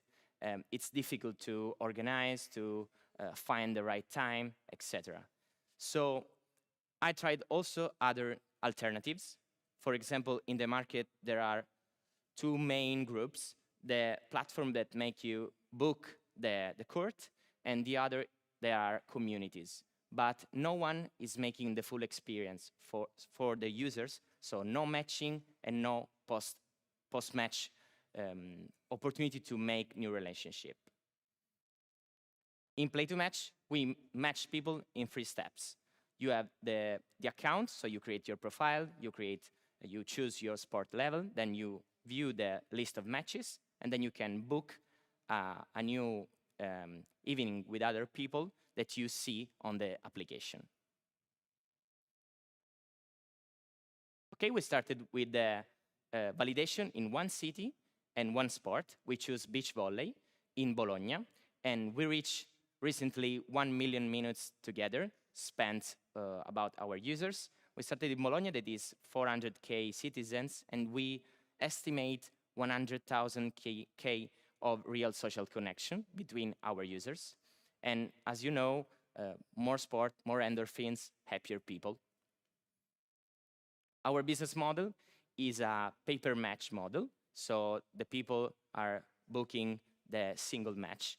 We have a commission fee of 30%, 15% from the users, and 50% from the sports center, because the value is on the matching. We started on February 25. We raised 80K. We started with this validation of one city, one sport, and we reached more than 6,000 users, players. And we want to reach, with a crowdfunding of 400K, the target of 20K active players and 1 million of revenues in 1 year. And to make this happen, we are launching new cities. So we started from Bologna, and then we are adding Torino and Milano in this moment. We are adding new cities in Italy, and then we want to also add new sports. For example, paddle, and then also running club, and many more.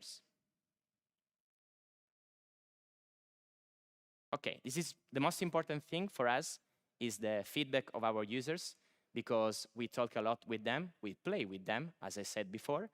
And there is one important feedback that we have on the desk every day. That is Martina, that said that she is building new group of friends, and there are also new love relationships.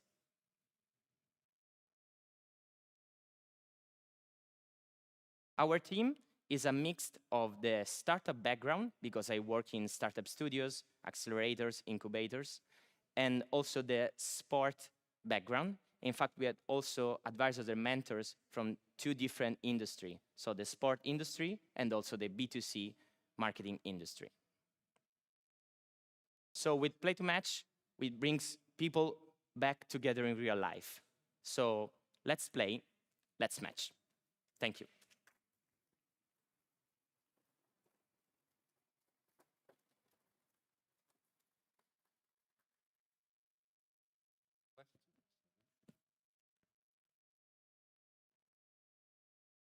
So I'm curious what comes first, the venue that wants to fill a dead hour, or is it one person says, I'm looking to play pickleball Tuesday at 4 o'clock, and then you get the other people? Like, how does that match happen? Yeah, thank you for the question. At the moment, we book every court.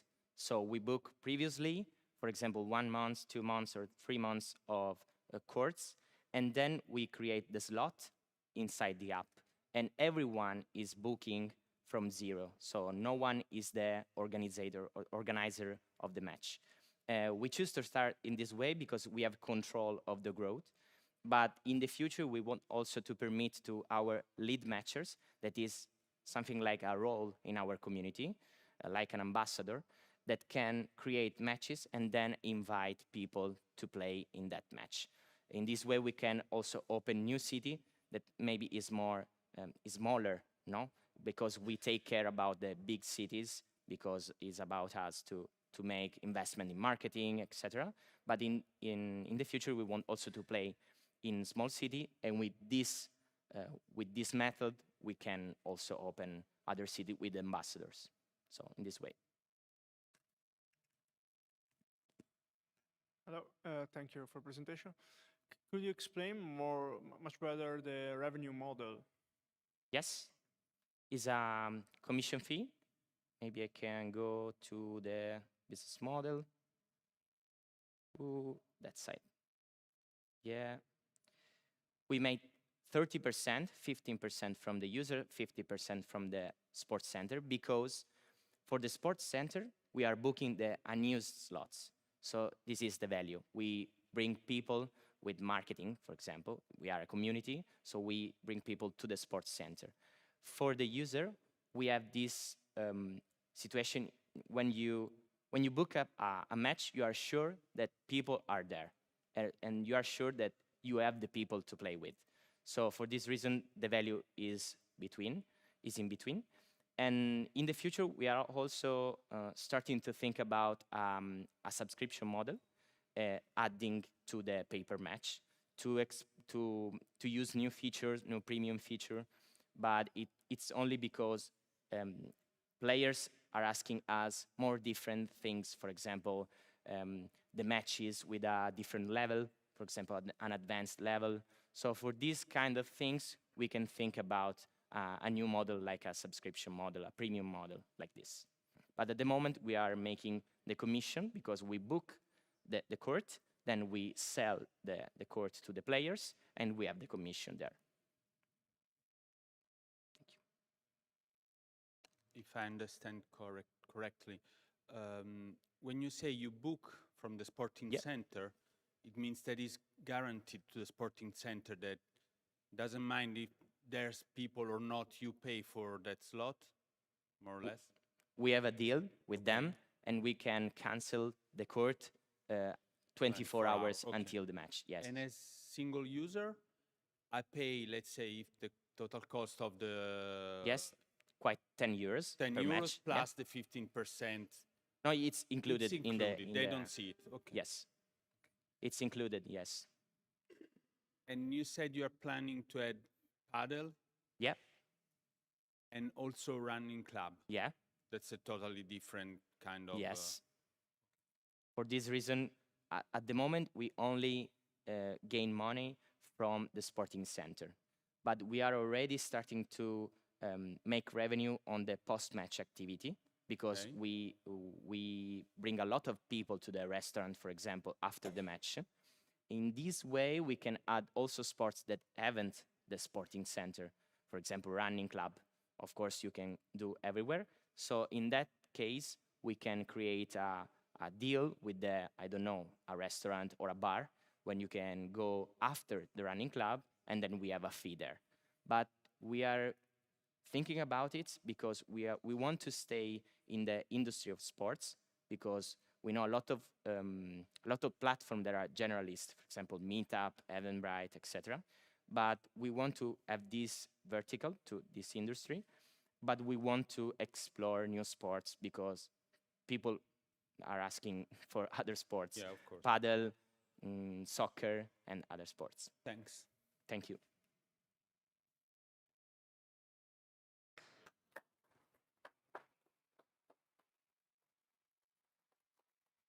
Sorry. Nothing. Yeah, a photo together after the match, so we can put to the community that we are here with you. So maybe in the aperitif we can do it. Thank you.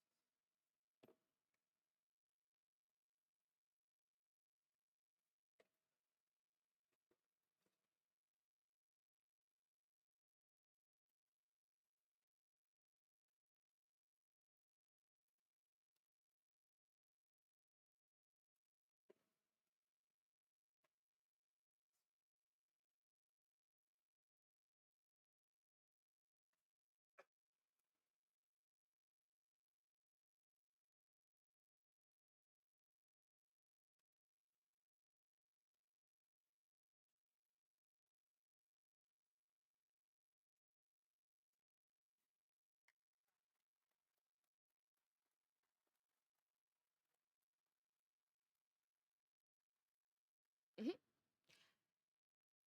Imagine waking up one day and discovering that the water you've been drinking for decades, the same water you used to cook for your family, is silently poisoning you. This is not science fiction. This is the reality for over 350,000 people in Veneto, Italy, and tens of millions globally. The reason? PFAS. PFAS are toxic chemicals used by industries for producing everyday products, like Teflon, waterproof clothing, even the kiwi jacket we use in a rainy day. And they are used because of their properties. They are resistant to water, to heat. But what makes them valuable for the market also makes them dangerous. They are called forever chemicals because they remain in the environment and in our bodies. And these are links to health risks, such as cancer and developmental issues in children. But why, after so many years, are we still exposed to this risk? Because for decades, the only method to detect PFAS is through laboratory testing, which works, but is slow, complex, and expensive. And without proper information, we cannot act, so the exposure continues. In fact, next year, a new European regulation will require all water suppliers to monitor PFAS, but with the current process, it's simply not feasible. We need fast information, simple, to start taking action and prevention. We are Purifas. We are developing a biosensor that's able to detect PFAS instantly and on-site. No transportation, no waiting. You just put a drop of water on our biosensor stick, then put the stick into our portable device, and instantly you can see if PFAS is present and in what concentration. Purifas operates with B2B business model. Our direct target are water companies who are direct target of the upcoming EU regulation for more frequent PFAS monitoring. Not only, but also industries who use PFAS in their production, such as textile and food packaging. In addition to industries who need high quality of water, such as that of biological agriculture. The global market of PFAS testing is approximated to be about 200 million euros, of which 100 million euros is concentrated in the European Union and 8 million euros in the Italian market. This market is expected to grow by at least 30% with the upcoming EU regulation. Also, future market reports project this growth to the year 2040 because PFAS contamination is persistent and testing and monitoring is needed for decades. Monitoring is not a short-term need. It's a long-term necessity.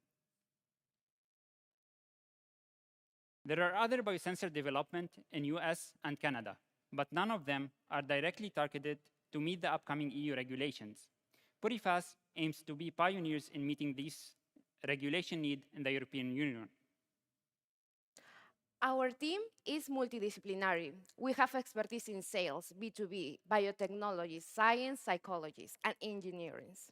So far, we validated the market need. We went to the field. We talked with agricultural organizations. We talked with water suppliers like Grupo Veritas, even startups from Venice like Algescope, who needs our biosensor to test the filtration system of PFAS. We also did real workshops in Venice, in Padova, because we want to also hear about the people, what knows about PFAS and what they want, to make Purifas not only technically possible, but also socially effective. We participated in accelerations programs, and we also started to design our roadmap for research and development of the biosensor with the University of Venice, Ca' Foscari, and University of Padova. With this, we will patent the process of detection and start the industrialization. We are ready to start the work. Regulations are becoming stricter and stricter. Companies need tools to comply. Governments need tools to regulate. And people, we all need information to start prevention and action. We truly believe that with our solution, which is scalable, with a huge market opportunity, and with impactful impact, we can collaborate both with a PFAS-free future. We are Purifas, detecting the problem, but also driving the solution.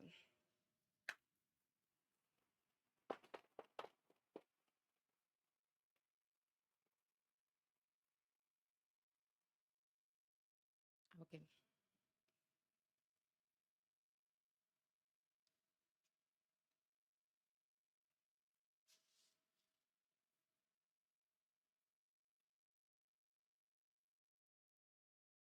Oh dear. PFAS is a real problem in the world. You're going to help people identify if it's in their drinking water. And I'm not sure how your client, being the manufacturer, would want you to, why would they want to help you with your product? Because if they're doing something bad, they don't really want people to know it. And I'm just wondering, once you realize you have PFAS in your water, what then happens?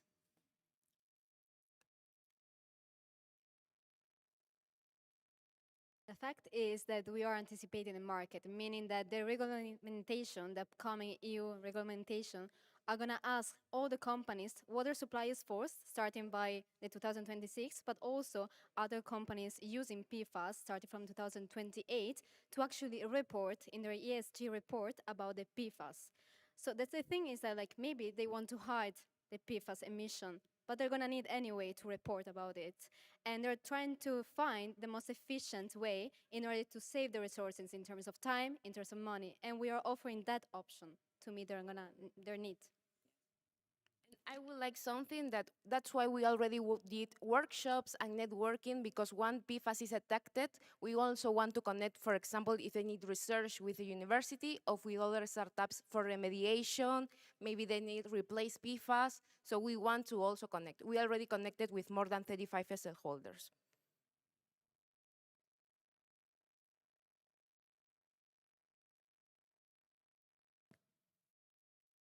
So before you explained that you have competitors, but so far they are either North American, right? From And Canada and USA. North America. And so are their technologies similar to yours? Just it's a matter of law or technology that make you a competitive advantage? Okay, thanks for the question. Actually, the technology of our competitors is slightly different. The problem of their technology is the sensibility. So the limit of detection of their technology is not in compliance with EU regulatory and EU laws. This is the matter. And our technology provides us a limit of detection that is well below the European limits.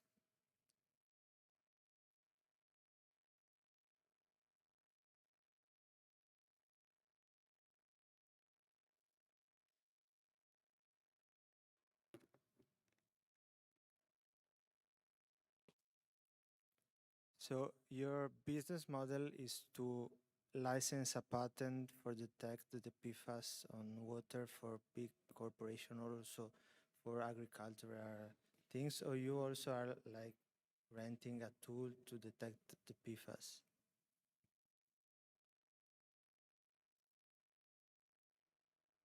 Yeah. So your business model is to patent the process and then licensing to the corporation for detecting the PFAS and gain royalty from this, or you are selling a tool, We or are, both.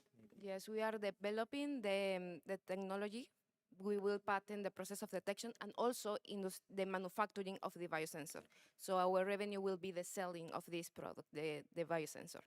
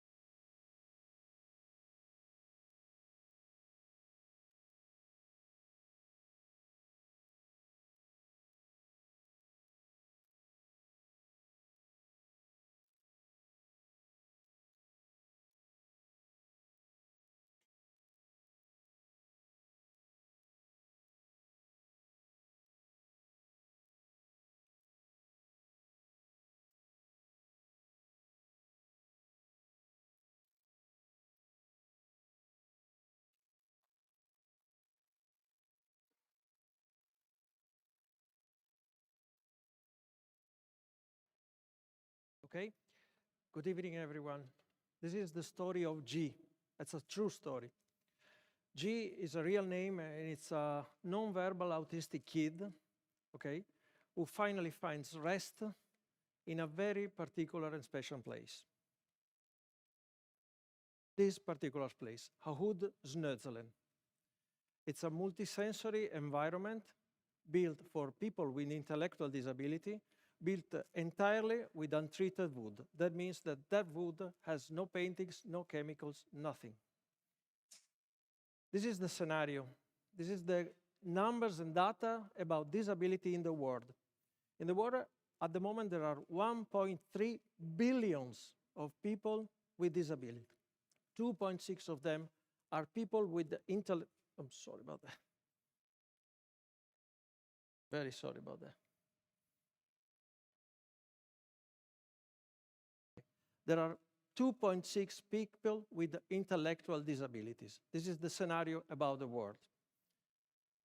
This is the scenario about Italy. In Italy, at the moment, there are people with disability which are constantly increasing. We are talking about 3.1 millions of people in Italy with disability. That means 5.2% of the population. This is a particular situation, especially in schools. In schools, in the last 5 years, we had 75,000 people with disability increasing year by year. That means plus 25% of the population of pupils. Nearly 40% of the population of pupils in the school are with intellectual disability. So that's where we wanted to spread and start to build our Wood Snödzelen. Actually, we are SenseAble Wood. We design and delivery multisensory environment made with untreated wood for people with intellectual disability. And that's what we do.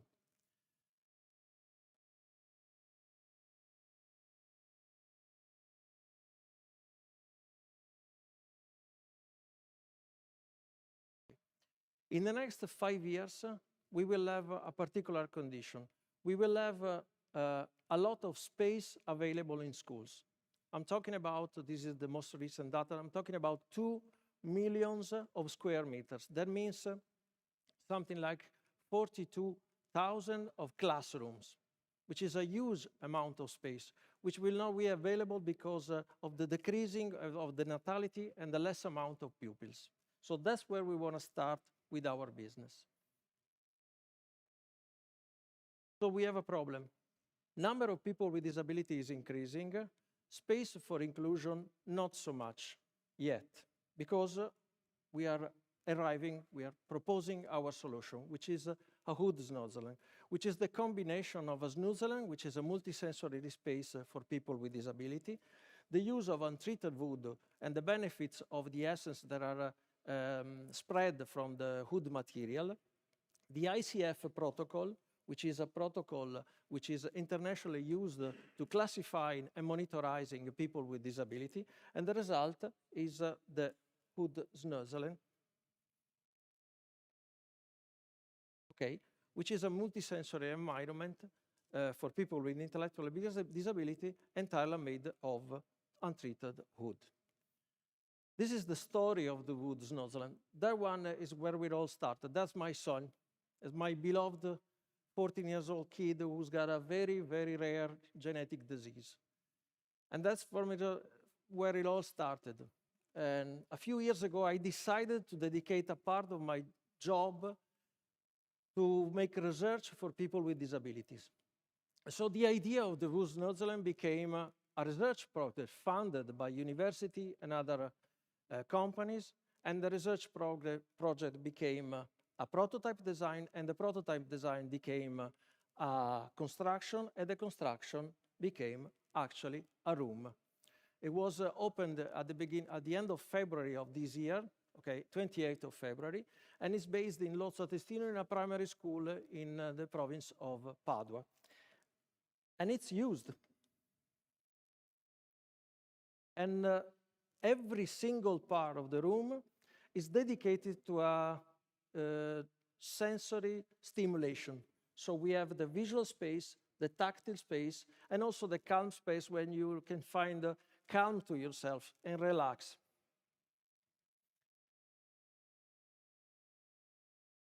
Okay.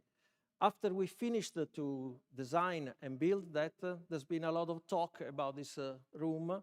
All the press release and all the papers, the scientific papers, that's been published during the 2 months of the fabrication.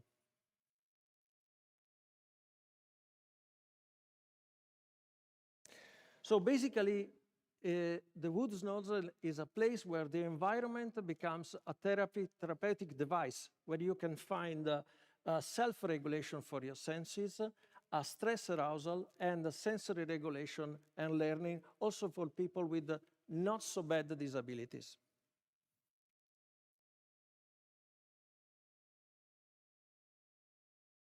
Actually, you can build your own wood snozzle because we based all the design, all the detailed design on modular and prefabricated components, false ceilings, walls, cabinets, walls, floors, and so on. And so you can decide how to build your own wood snozzle depending on which kind of sense you want to stimulate. For example, okay, this is an example how you can assemble a wood snozzle using some different part of the old components. All the wood you see here, it's untreated wood, larch, fir, cedar, and a bit. So we want to start from Veneto. In Veneto, there are more than 4,000 schools. Then we want to develop the company, develop the market in all Italy. That means 57,000 schools, and then we want to move on and go into educational center schools, nursing home, rehabilitation center, staff well-being, wellness, and every kind of building and occupation that can need for some rest, relaxing, especially for people with intellectual disabilities. Okay, so that's the revenue model. We are going to move, thinking about moving on about after the design, build, and deliver, moving towards the ICF training, and of course the licensing, production, and the project certification. Roughly, we have calculated that the cost of the first wood nozzle that we built was something like 60,000 euros. We are going to trying to reach in the next couple of years a profit margin of between 10 and 20%. But of course, that depends on how many wood nozzles we're going to build. That's the team. All of us are expert or even more expert about the design of inclusion spaces, school, hood components, and so on. And we have some partners which are La Nostra Famiglia, Consorzio Legnano Veneto, and Bozza, which are three very expert companies about disabilities and production of wood, which are our company partners in the design and build phases.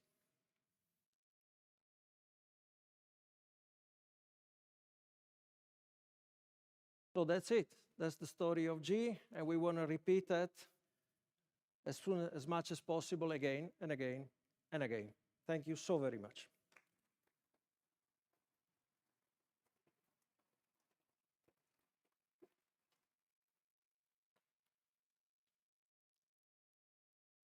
È stata microfonata? Seems like this is an extremely impactful opportunity.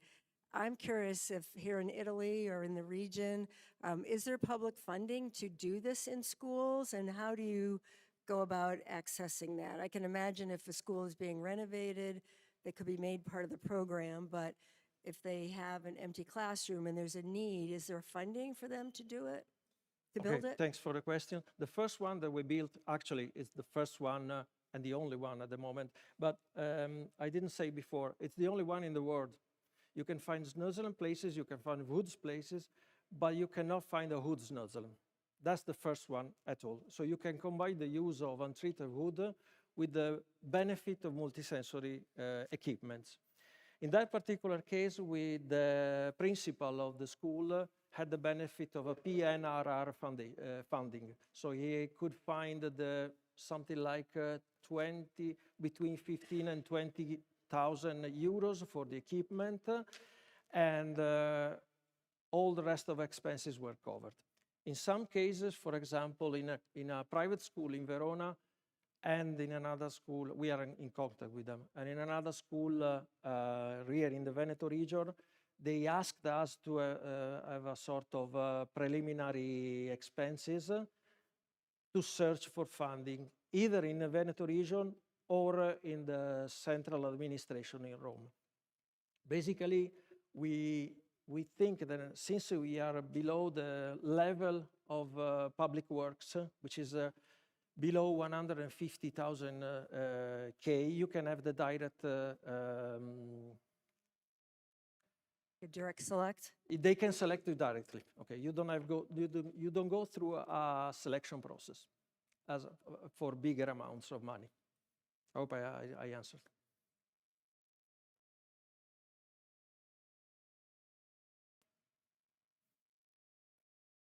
That's it. Thank you.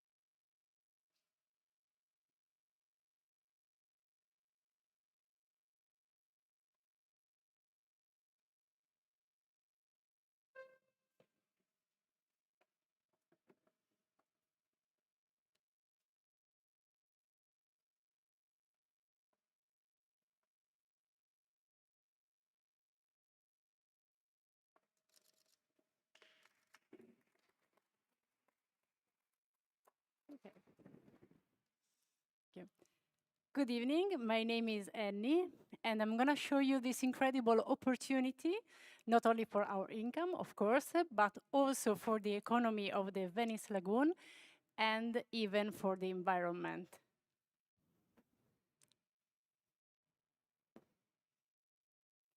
But first, let me get your attention. Have you used the cellulose today? Don't you think? Or maybe don't you know?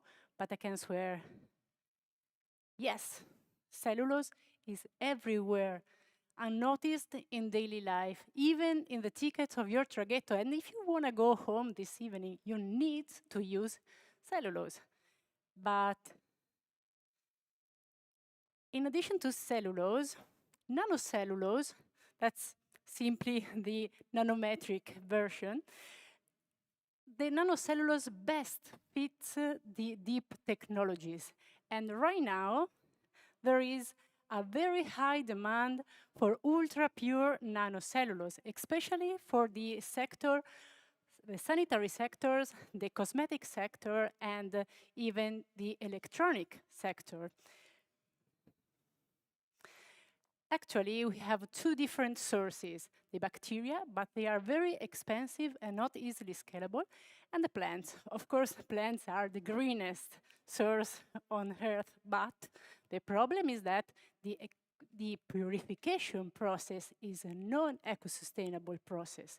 And we know that non-eco-sustainable processes led to the global warming, and global warming led to the raising of the temperature of the sea. And this led to a very close to us consequence that the mussel farming in Venice lost 50% of their production this year. 50% of production is a very huge amount. But why am I talking about mussels now?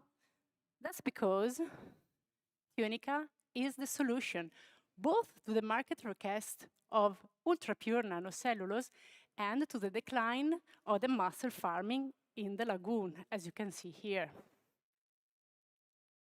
So what's the idea? The idea is let's rear tunicates.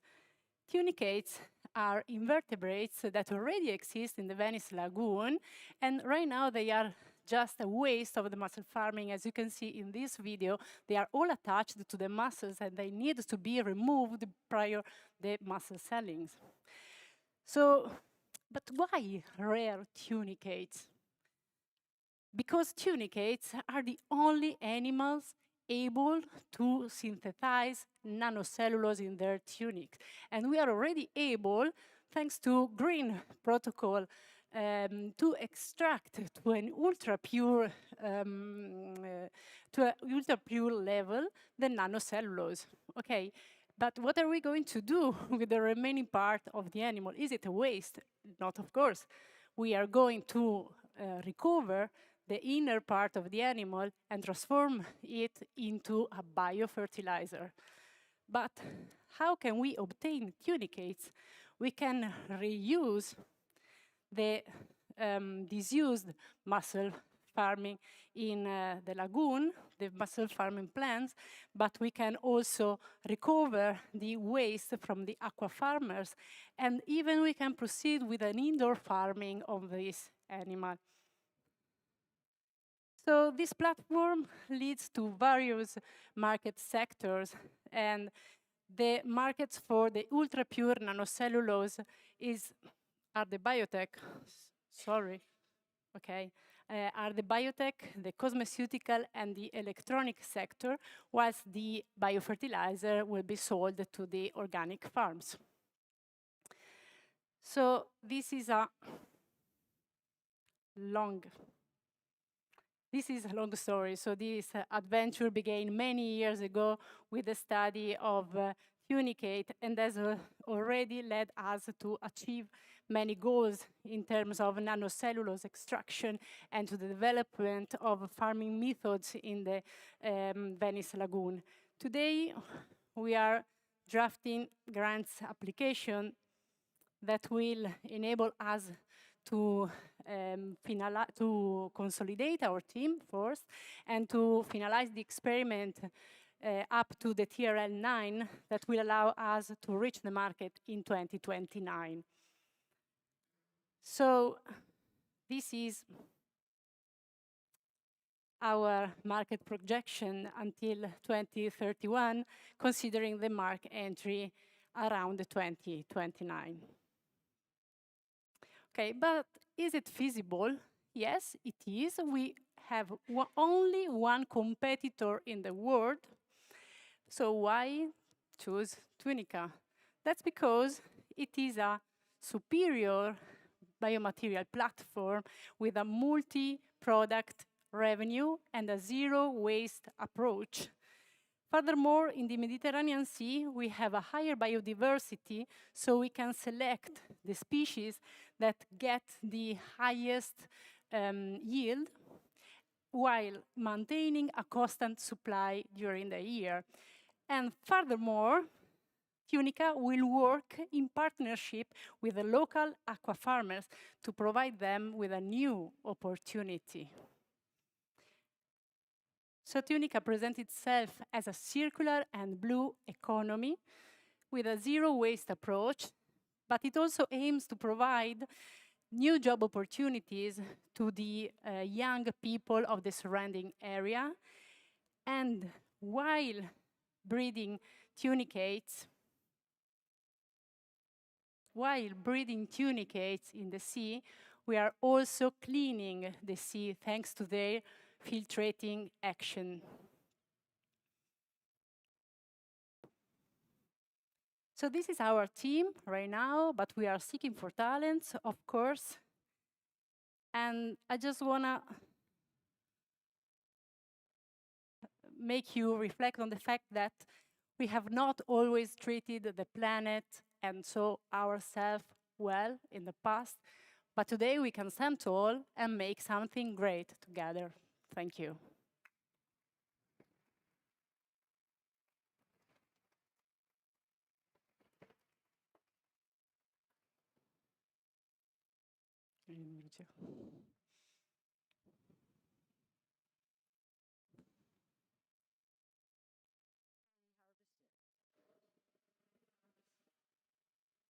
Okay, we are making the first pilot rearing plan in the lagoon. And yes, we have already set some of the nests, that's the name.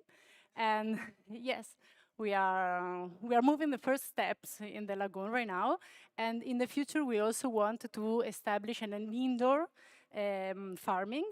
We already have contacts with the local aqua farmers that gave us disponibility to try in their plants, the place where they are rearing their animals, like mussels or others.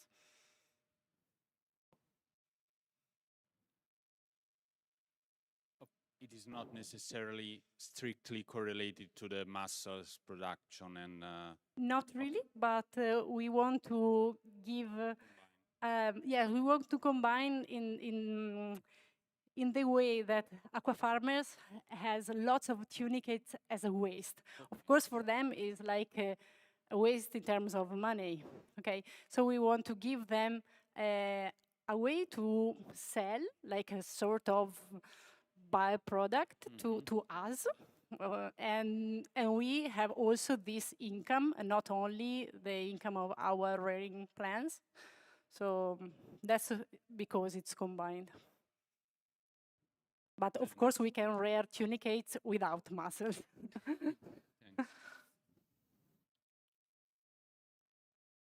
So you say you just have one competitor in Norway. This is because there is no other company producing nanocellulose, or they are doing in another way? They are the only competitors in terms of producing nanocellulose from tunicates. Other companies are rearing tunicates, but like in Japan, but they are eating them. So it's another kind of market. And in terms of producing nanocellulose, no. This is just in Norway, and because they get a lot of funds from the government. That's why. Okay, thank you. Thank you very much.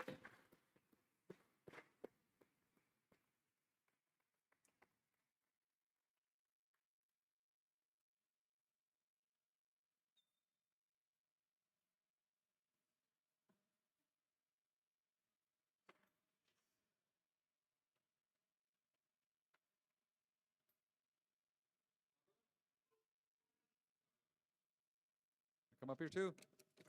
So we're going to. Okay. 1 second.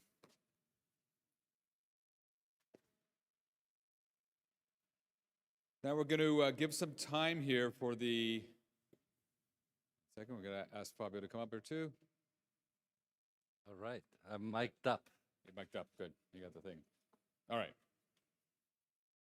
So the jury will now deliberate on the prizes for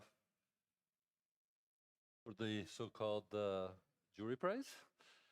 There are 3 sets of prizes. The jury will now retire and decide on the first, second, and third winners. Then we'll announce the Serendipity Prize, which is our own prize, which consists of a free office space for 2 of the startups for a year. And then Alessandro will decide on the RPLT prize, which consists in legal support for one team and more even for the other ones. So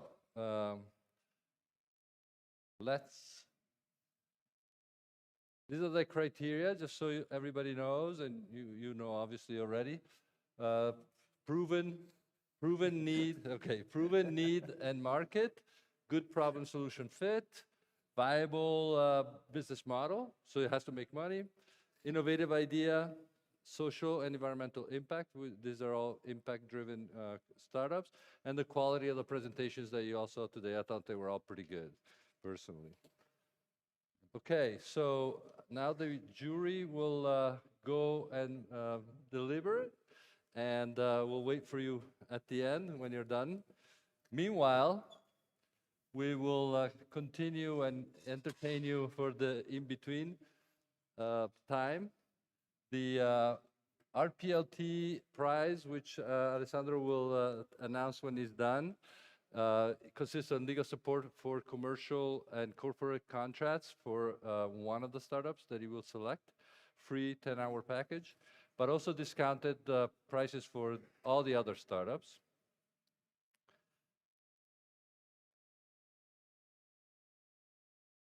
The Serendipity Prize consists, as I said, on free office space for 2 startups of these that we select. Serendipity selects these, and which each with 2 desks, 2 workstations for each startup. But also, this year, we're adding, if I can get it to go, for all DesignX startups, we're keeping 1 desk for you in case you're in Venice and you have meetings in Venice. You can come. Of course, you have to tell us in advance.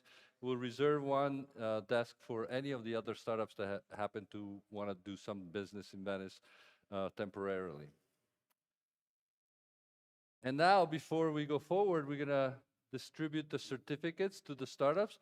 And of course, we have to say that regardless of who wins tonight, you guys are all winners, okay?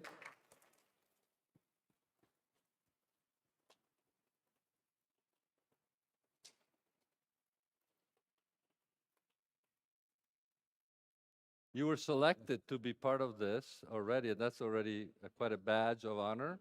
And Gilad always says that the startups that he sees in Venice, and he sees a lot of startups in a year, they're always the best, right?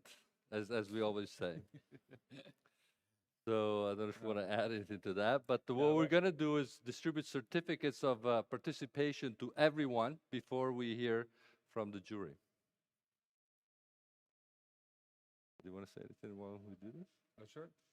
Well, before you, we'll go startup by startup in order, and we'll do the photo. Okay, so what we're going to do, we're going to call each team in order. But a little tangled up here. We're going to call each team in order, and we'll also do a photograph since we have that opportunity to do it right here. But just before we do that, again, this was fantastic. The quality of these presentations and the content of the presentations. I heard some whispering all around me, and everyone was really impressed. So that's how we know.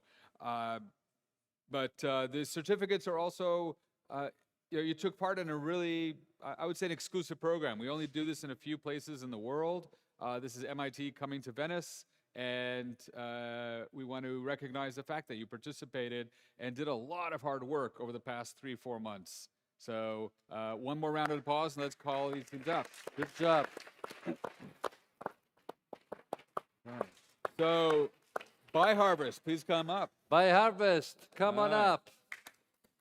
Yay!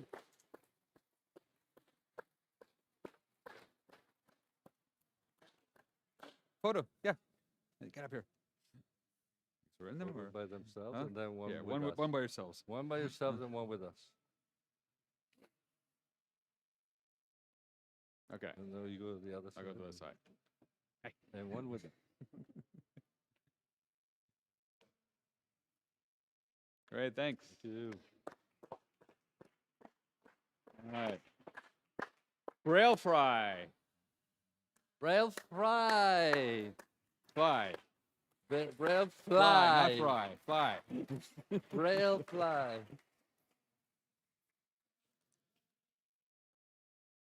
Aiuta Fabio. Andate sullo scalino. Aiuta Fabio. Scalino. In fila. Da soli.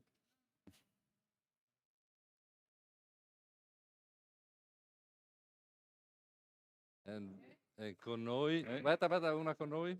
One with us. No.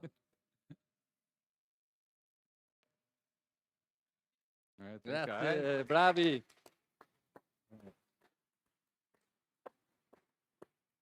All right, eMomentum. eMomentum.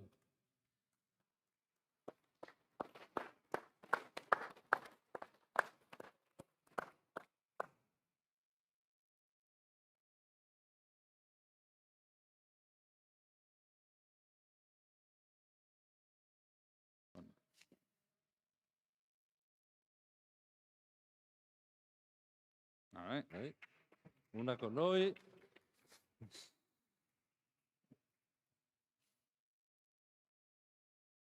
Thanks, guys. Bravi. All right. And Lizard. Lizard. I was putting on the accent.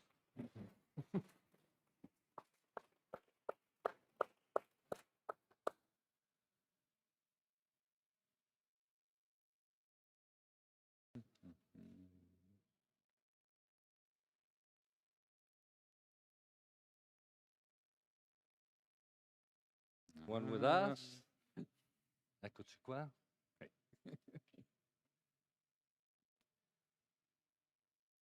Thank you. Bravi. All right. Marea. Marea.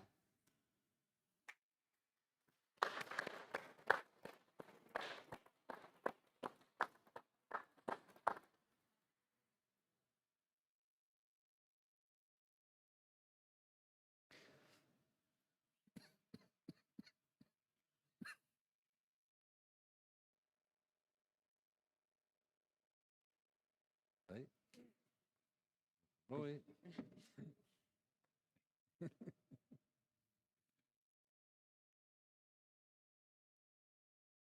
Oh, thank you, guys. All Bravi. right. Thank you. Play to match. Play to match. All right.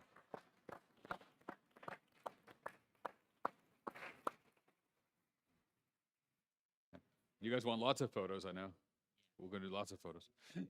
Metti in centro bene.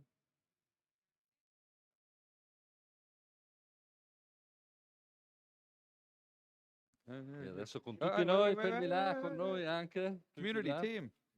Team, vero team. That's it. Thank Bravi. you. All right. All right, Purifas. Purifas.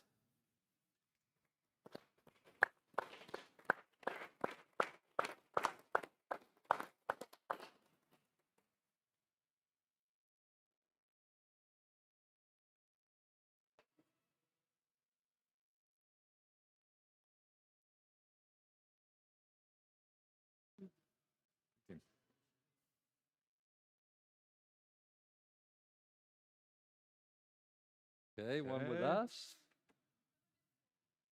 Come forward a little bit.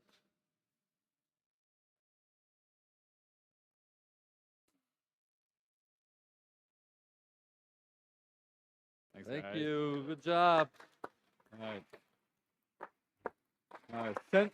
SenseAble Wood. Where is- SenseAble Wood. The guy had to run. Okay.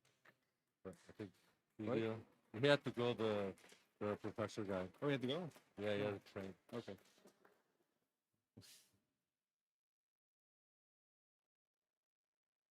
Okay. Add on.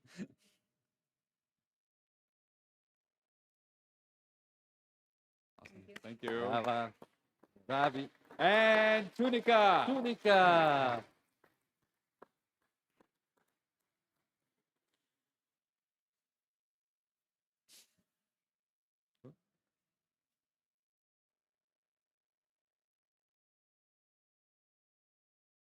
Per noi.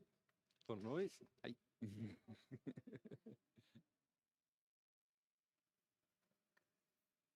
All right. Bravi Thank you. anche voi. Good. All right, so now we'll wait a bit. Wait, there's more stuff. I You think. got more stuff. Let's see. All right. But we're not there yet, No, no. not there yet. I think we just wait. No, do we do them? Do we do our prizes? Yeah, let's do our Oh, prizes next. okay. So we'll wait for the jury to come up. We'll do the Serendipity Prize next. So the Serendipity Prize, to remind you, entails, is part of our mission to repopulate Venice. So we try to attract some of these startups to actually set up their headquarters in the city of Venice. And to incentivize that, we give them free office space for a year to 2 of the startups. These are startups that have committed to, at least in writing so far, that they will stay and set up their shop in Venice. So the 2 startups that have been selected for this, oh, vabbè, lo dico io, are Purifas,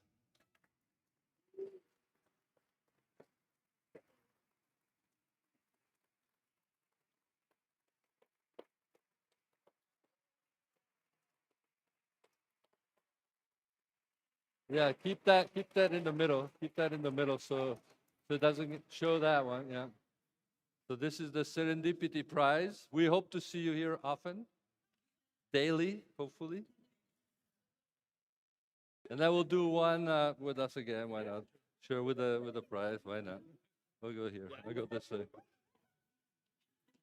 Congratulations, we'll see you here on a daily basis. Congratulations. A nice big team, so we like to have a big team come to Venice, right? And the other team that we selected for the Serendipity Prize is Marea.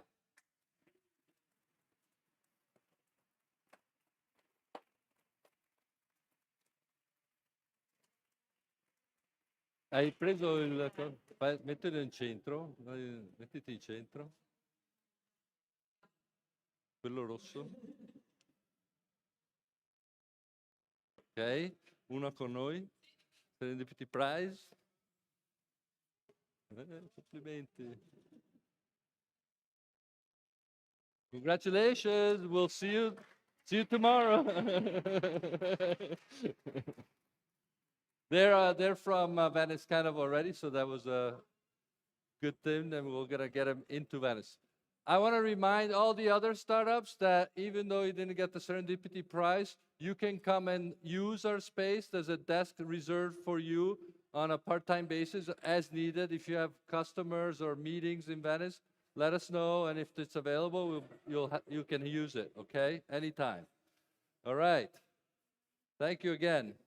And we don't have the other prize because Alessandro is inside. So we just wait for the jury to come out, and we'll hear about the RPLT prize and then the final jury prize.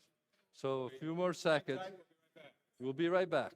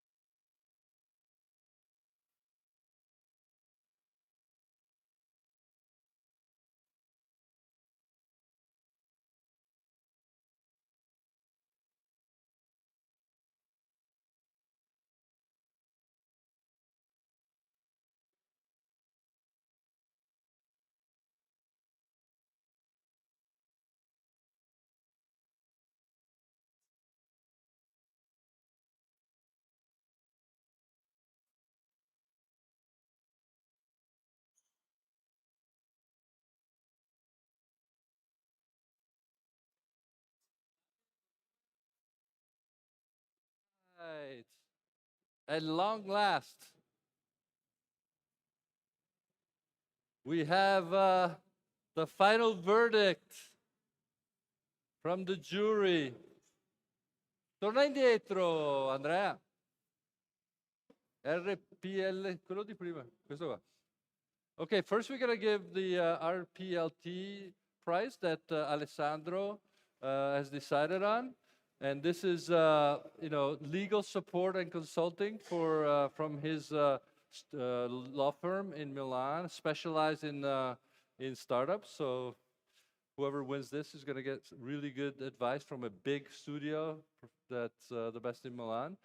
10 hours of consulting and support. And for everybody else, you get discounted rates from the same firm in Milan. This is the big one. So the winner, vieni qua su. The winner of this prize is Purifas. Tu glielo dai tu.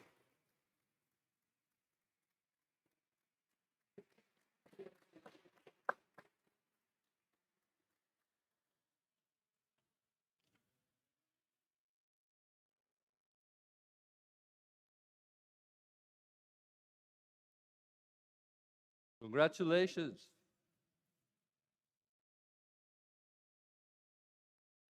Another prize. All right. Congratulations.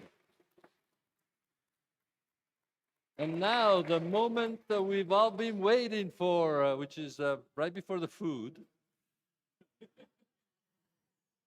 Vai alla slide,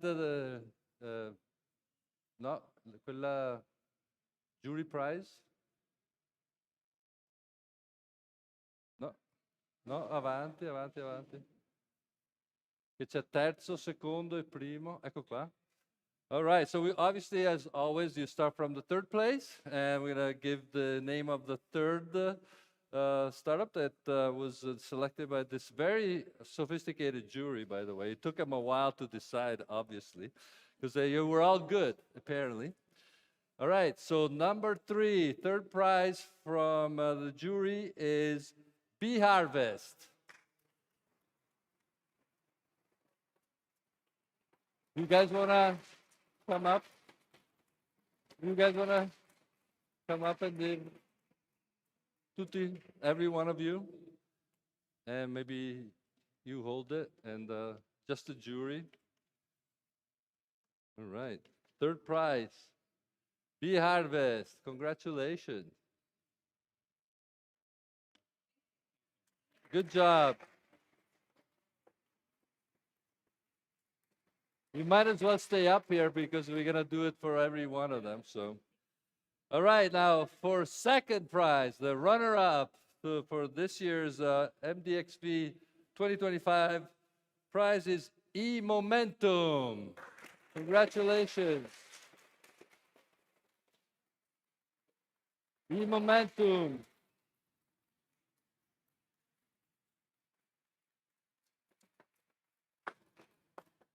Congratulations. Good job. Girati col cartello. No, in centro devi stare. Giralo. Ok. Yeah. Forward so the light is shining. Vieni un po' più avanti che tu, Emiliano. Ancora un po'. Sei tu che la copri. Aspetta, vai lui di là. Maybe turn your shoulder backwards. So, yeah, so the light shines. All right. Congratulations, eMomentum. Good job. And the final, we might as well stay up here. And the final, first prize, best startup of the year for DesignX, MIT DesignX Venice 2025 is Lizard. Yay!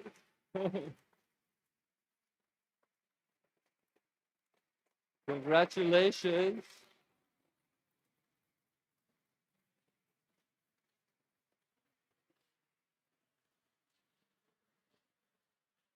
Aspetta che passo.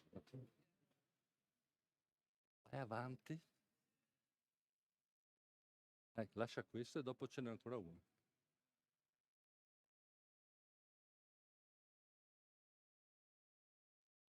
Good job. Congratulations, Blizzard. Well deserved. All right. So now, of course, we get ready for 2026, MDXV 2026. Spread the word. Have people that you know apply for next year's thing. But before we do that, one more slide. And then maybe, do you want to say anything? You know, okay.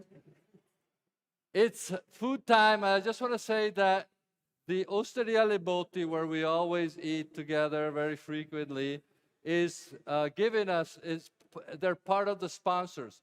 They're giving us most of what you're going to eat for free tonight. So thank you, I Botti, for supporting us. And let's go eat. Thank you, everyone, for coming. Good job. That was hard.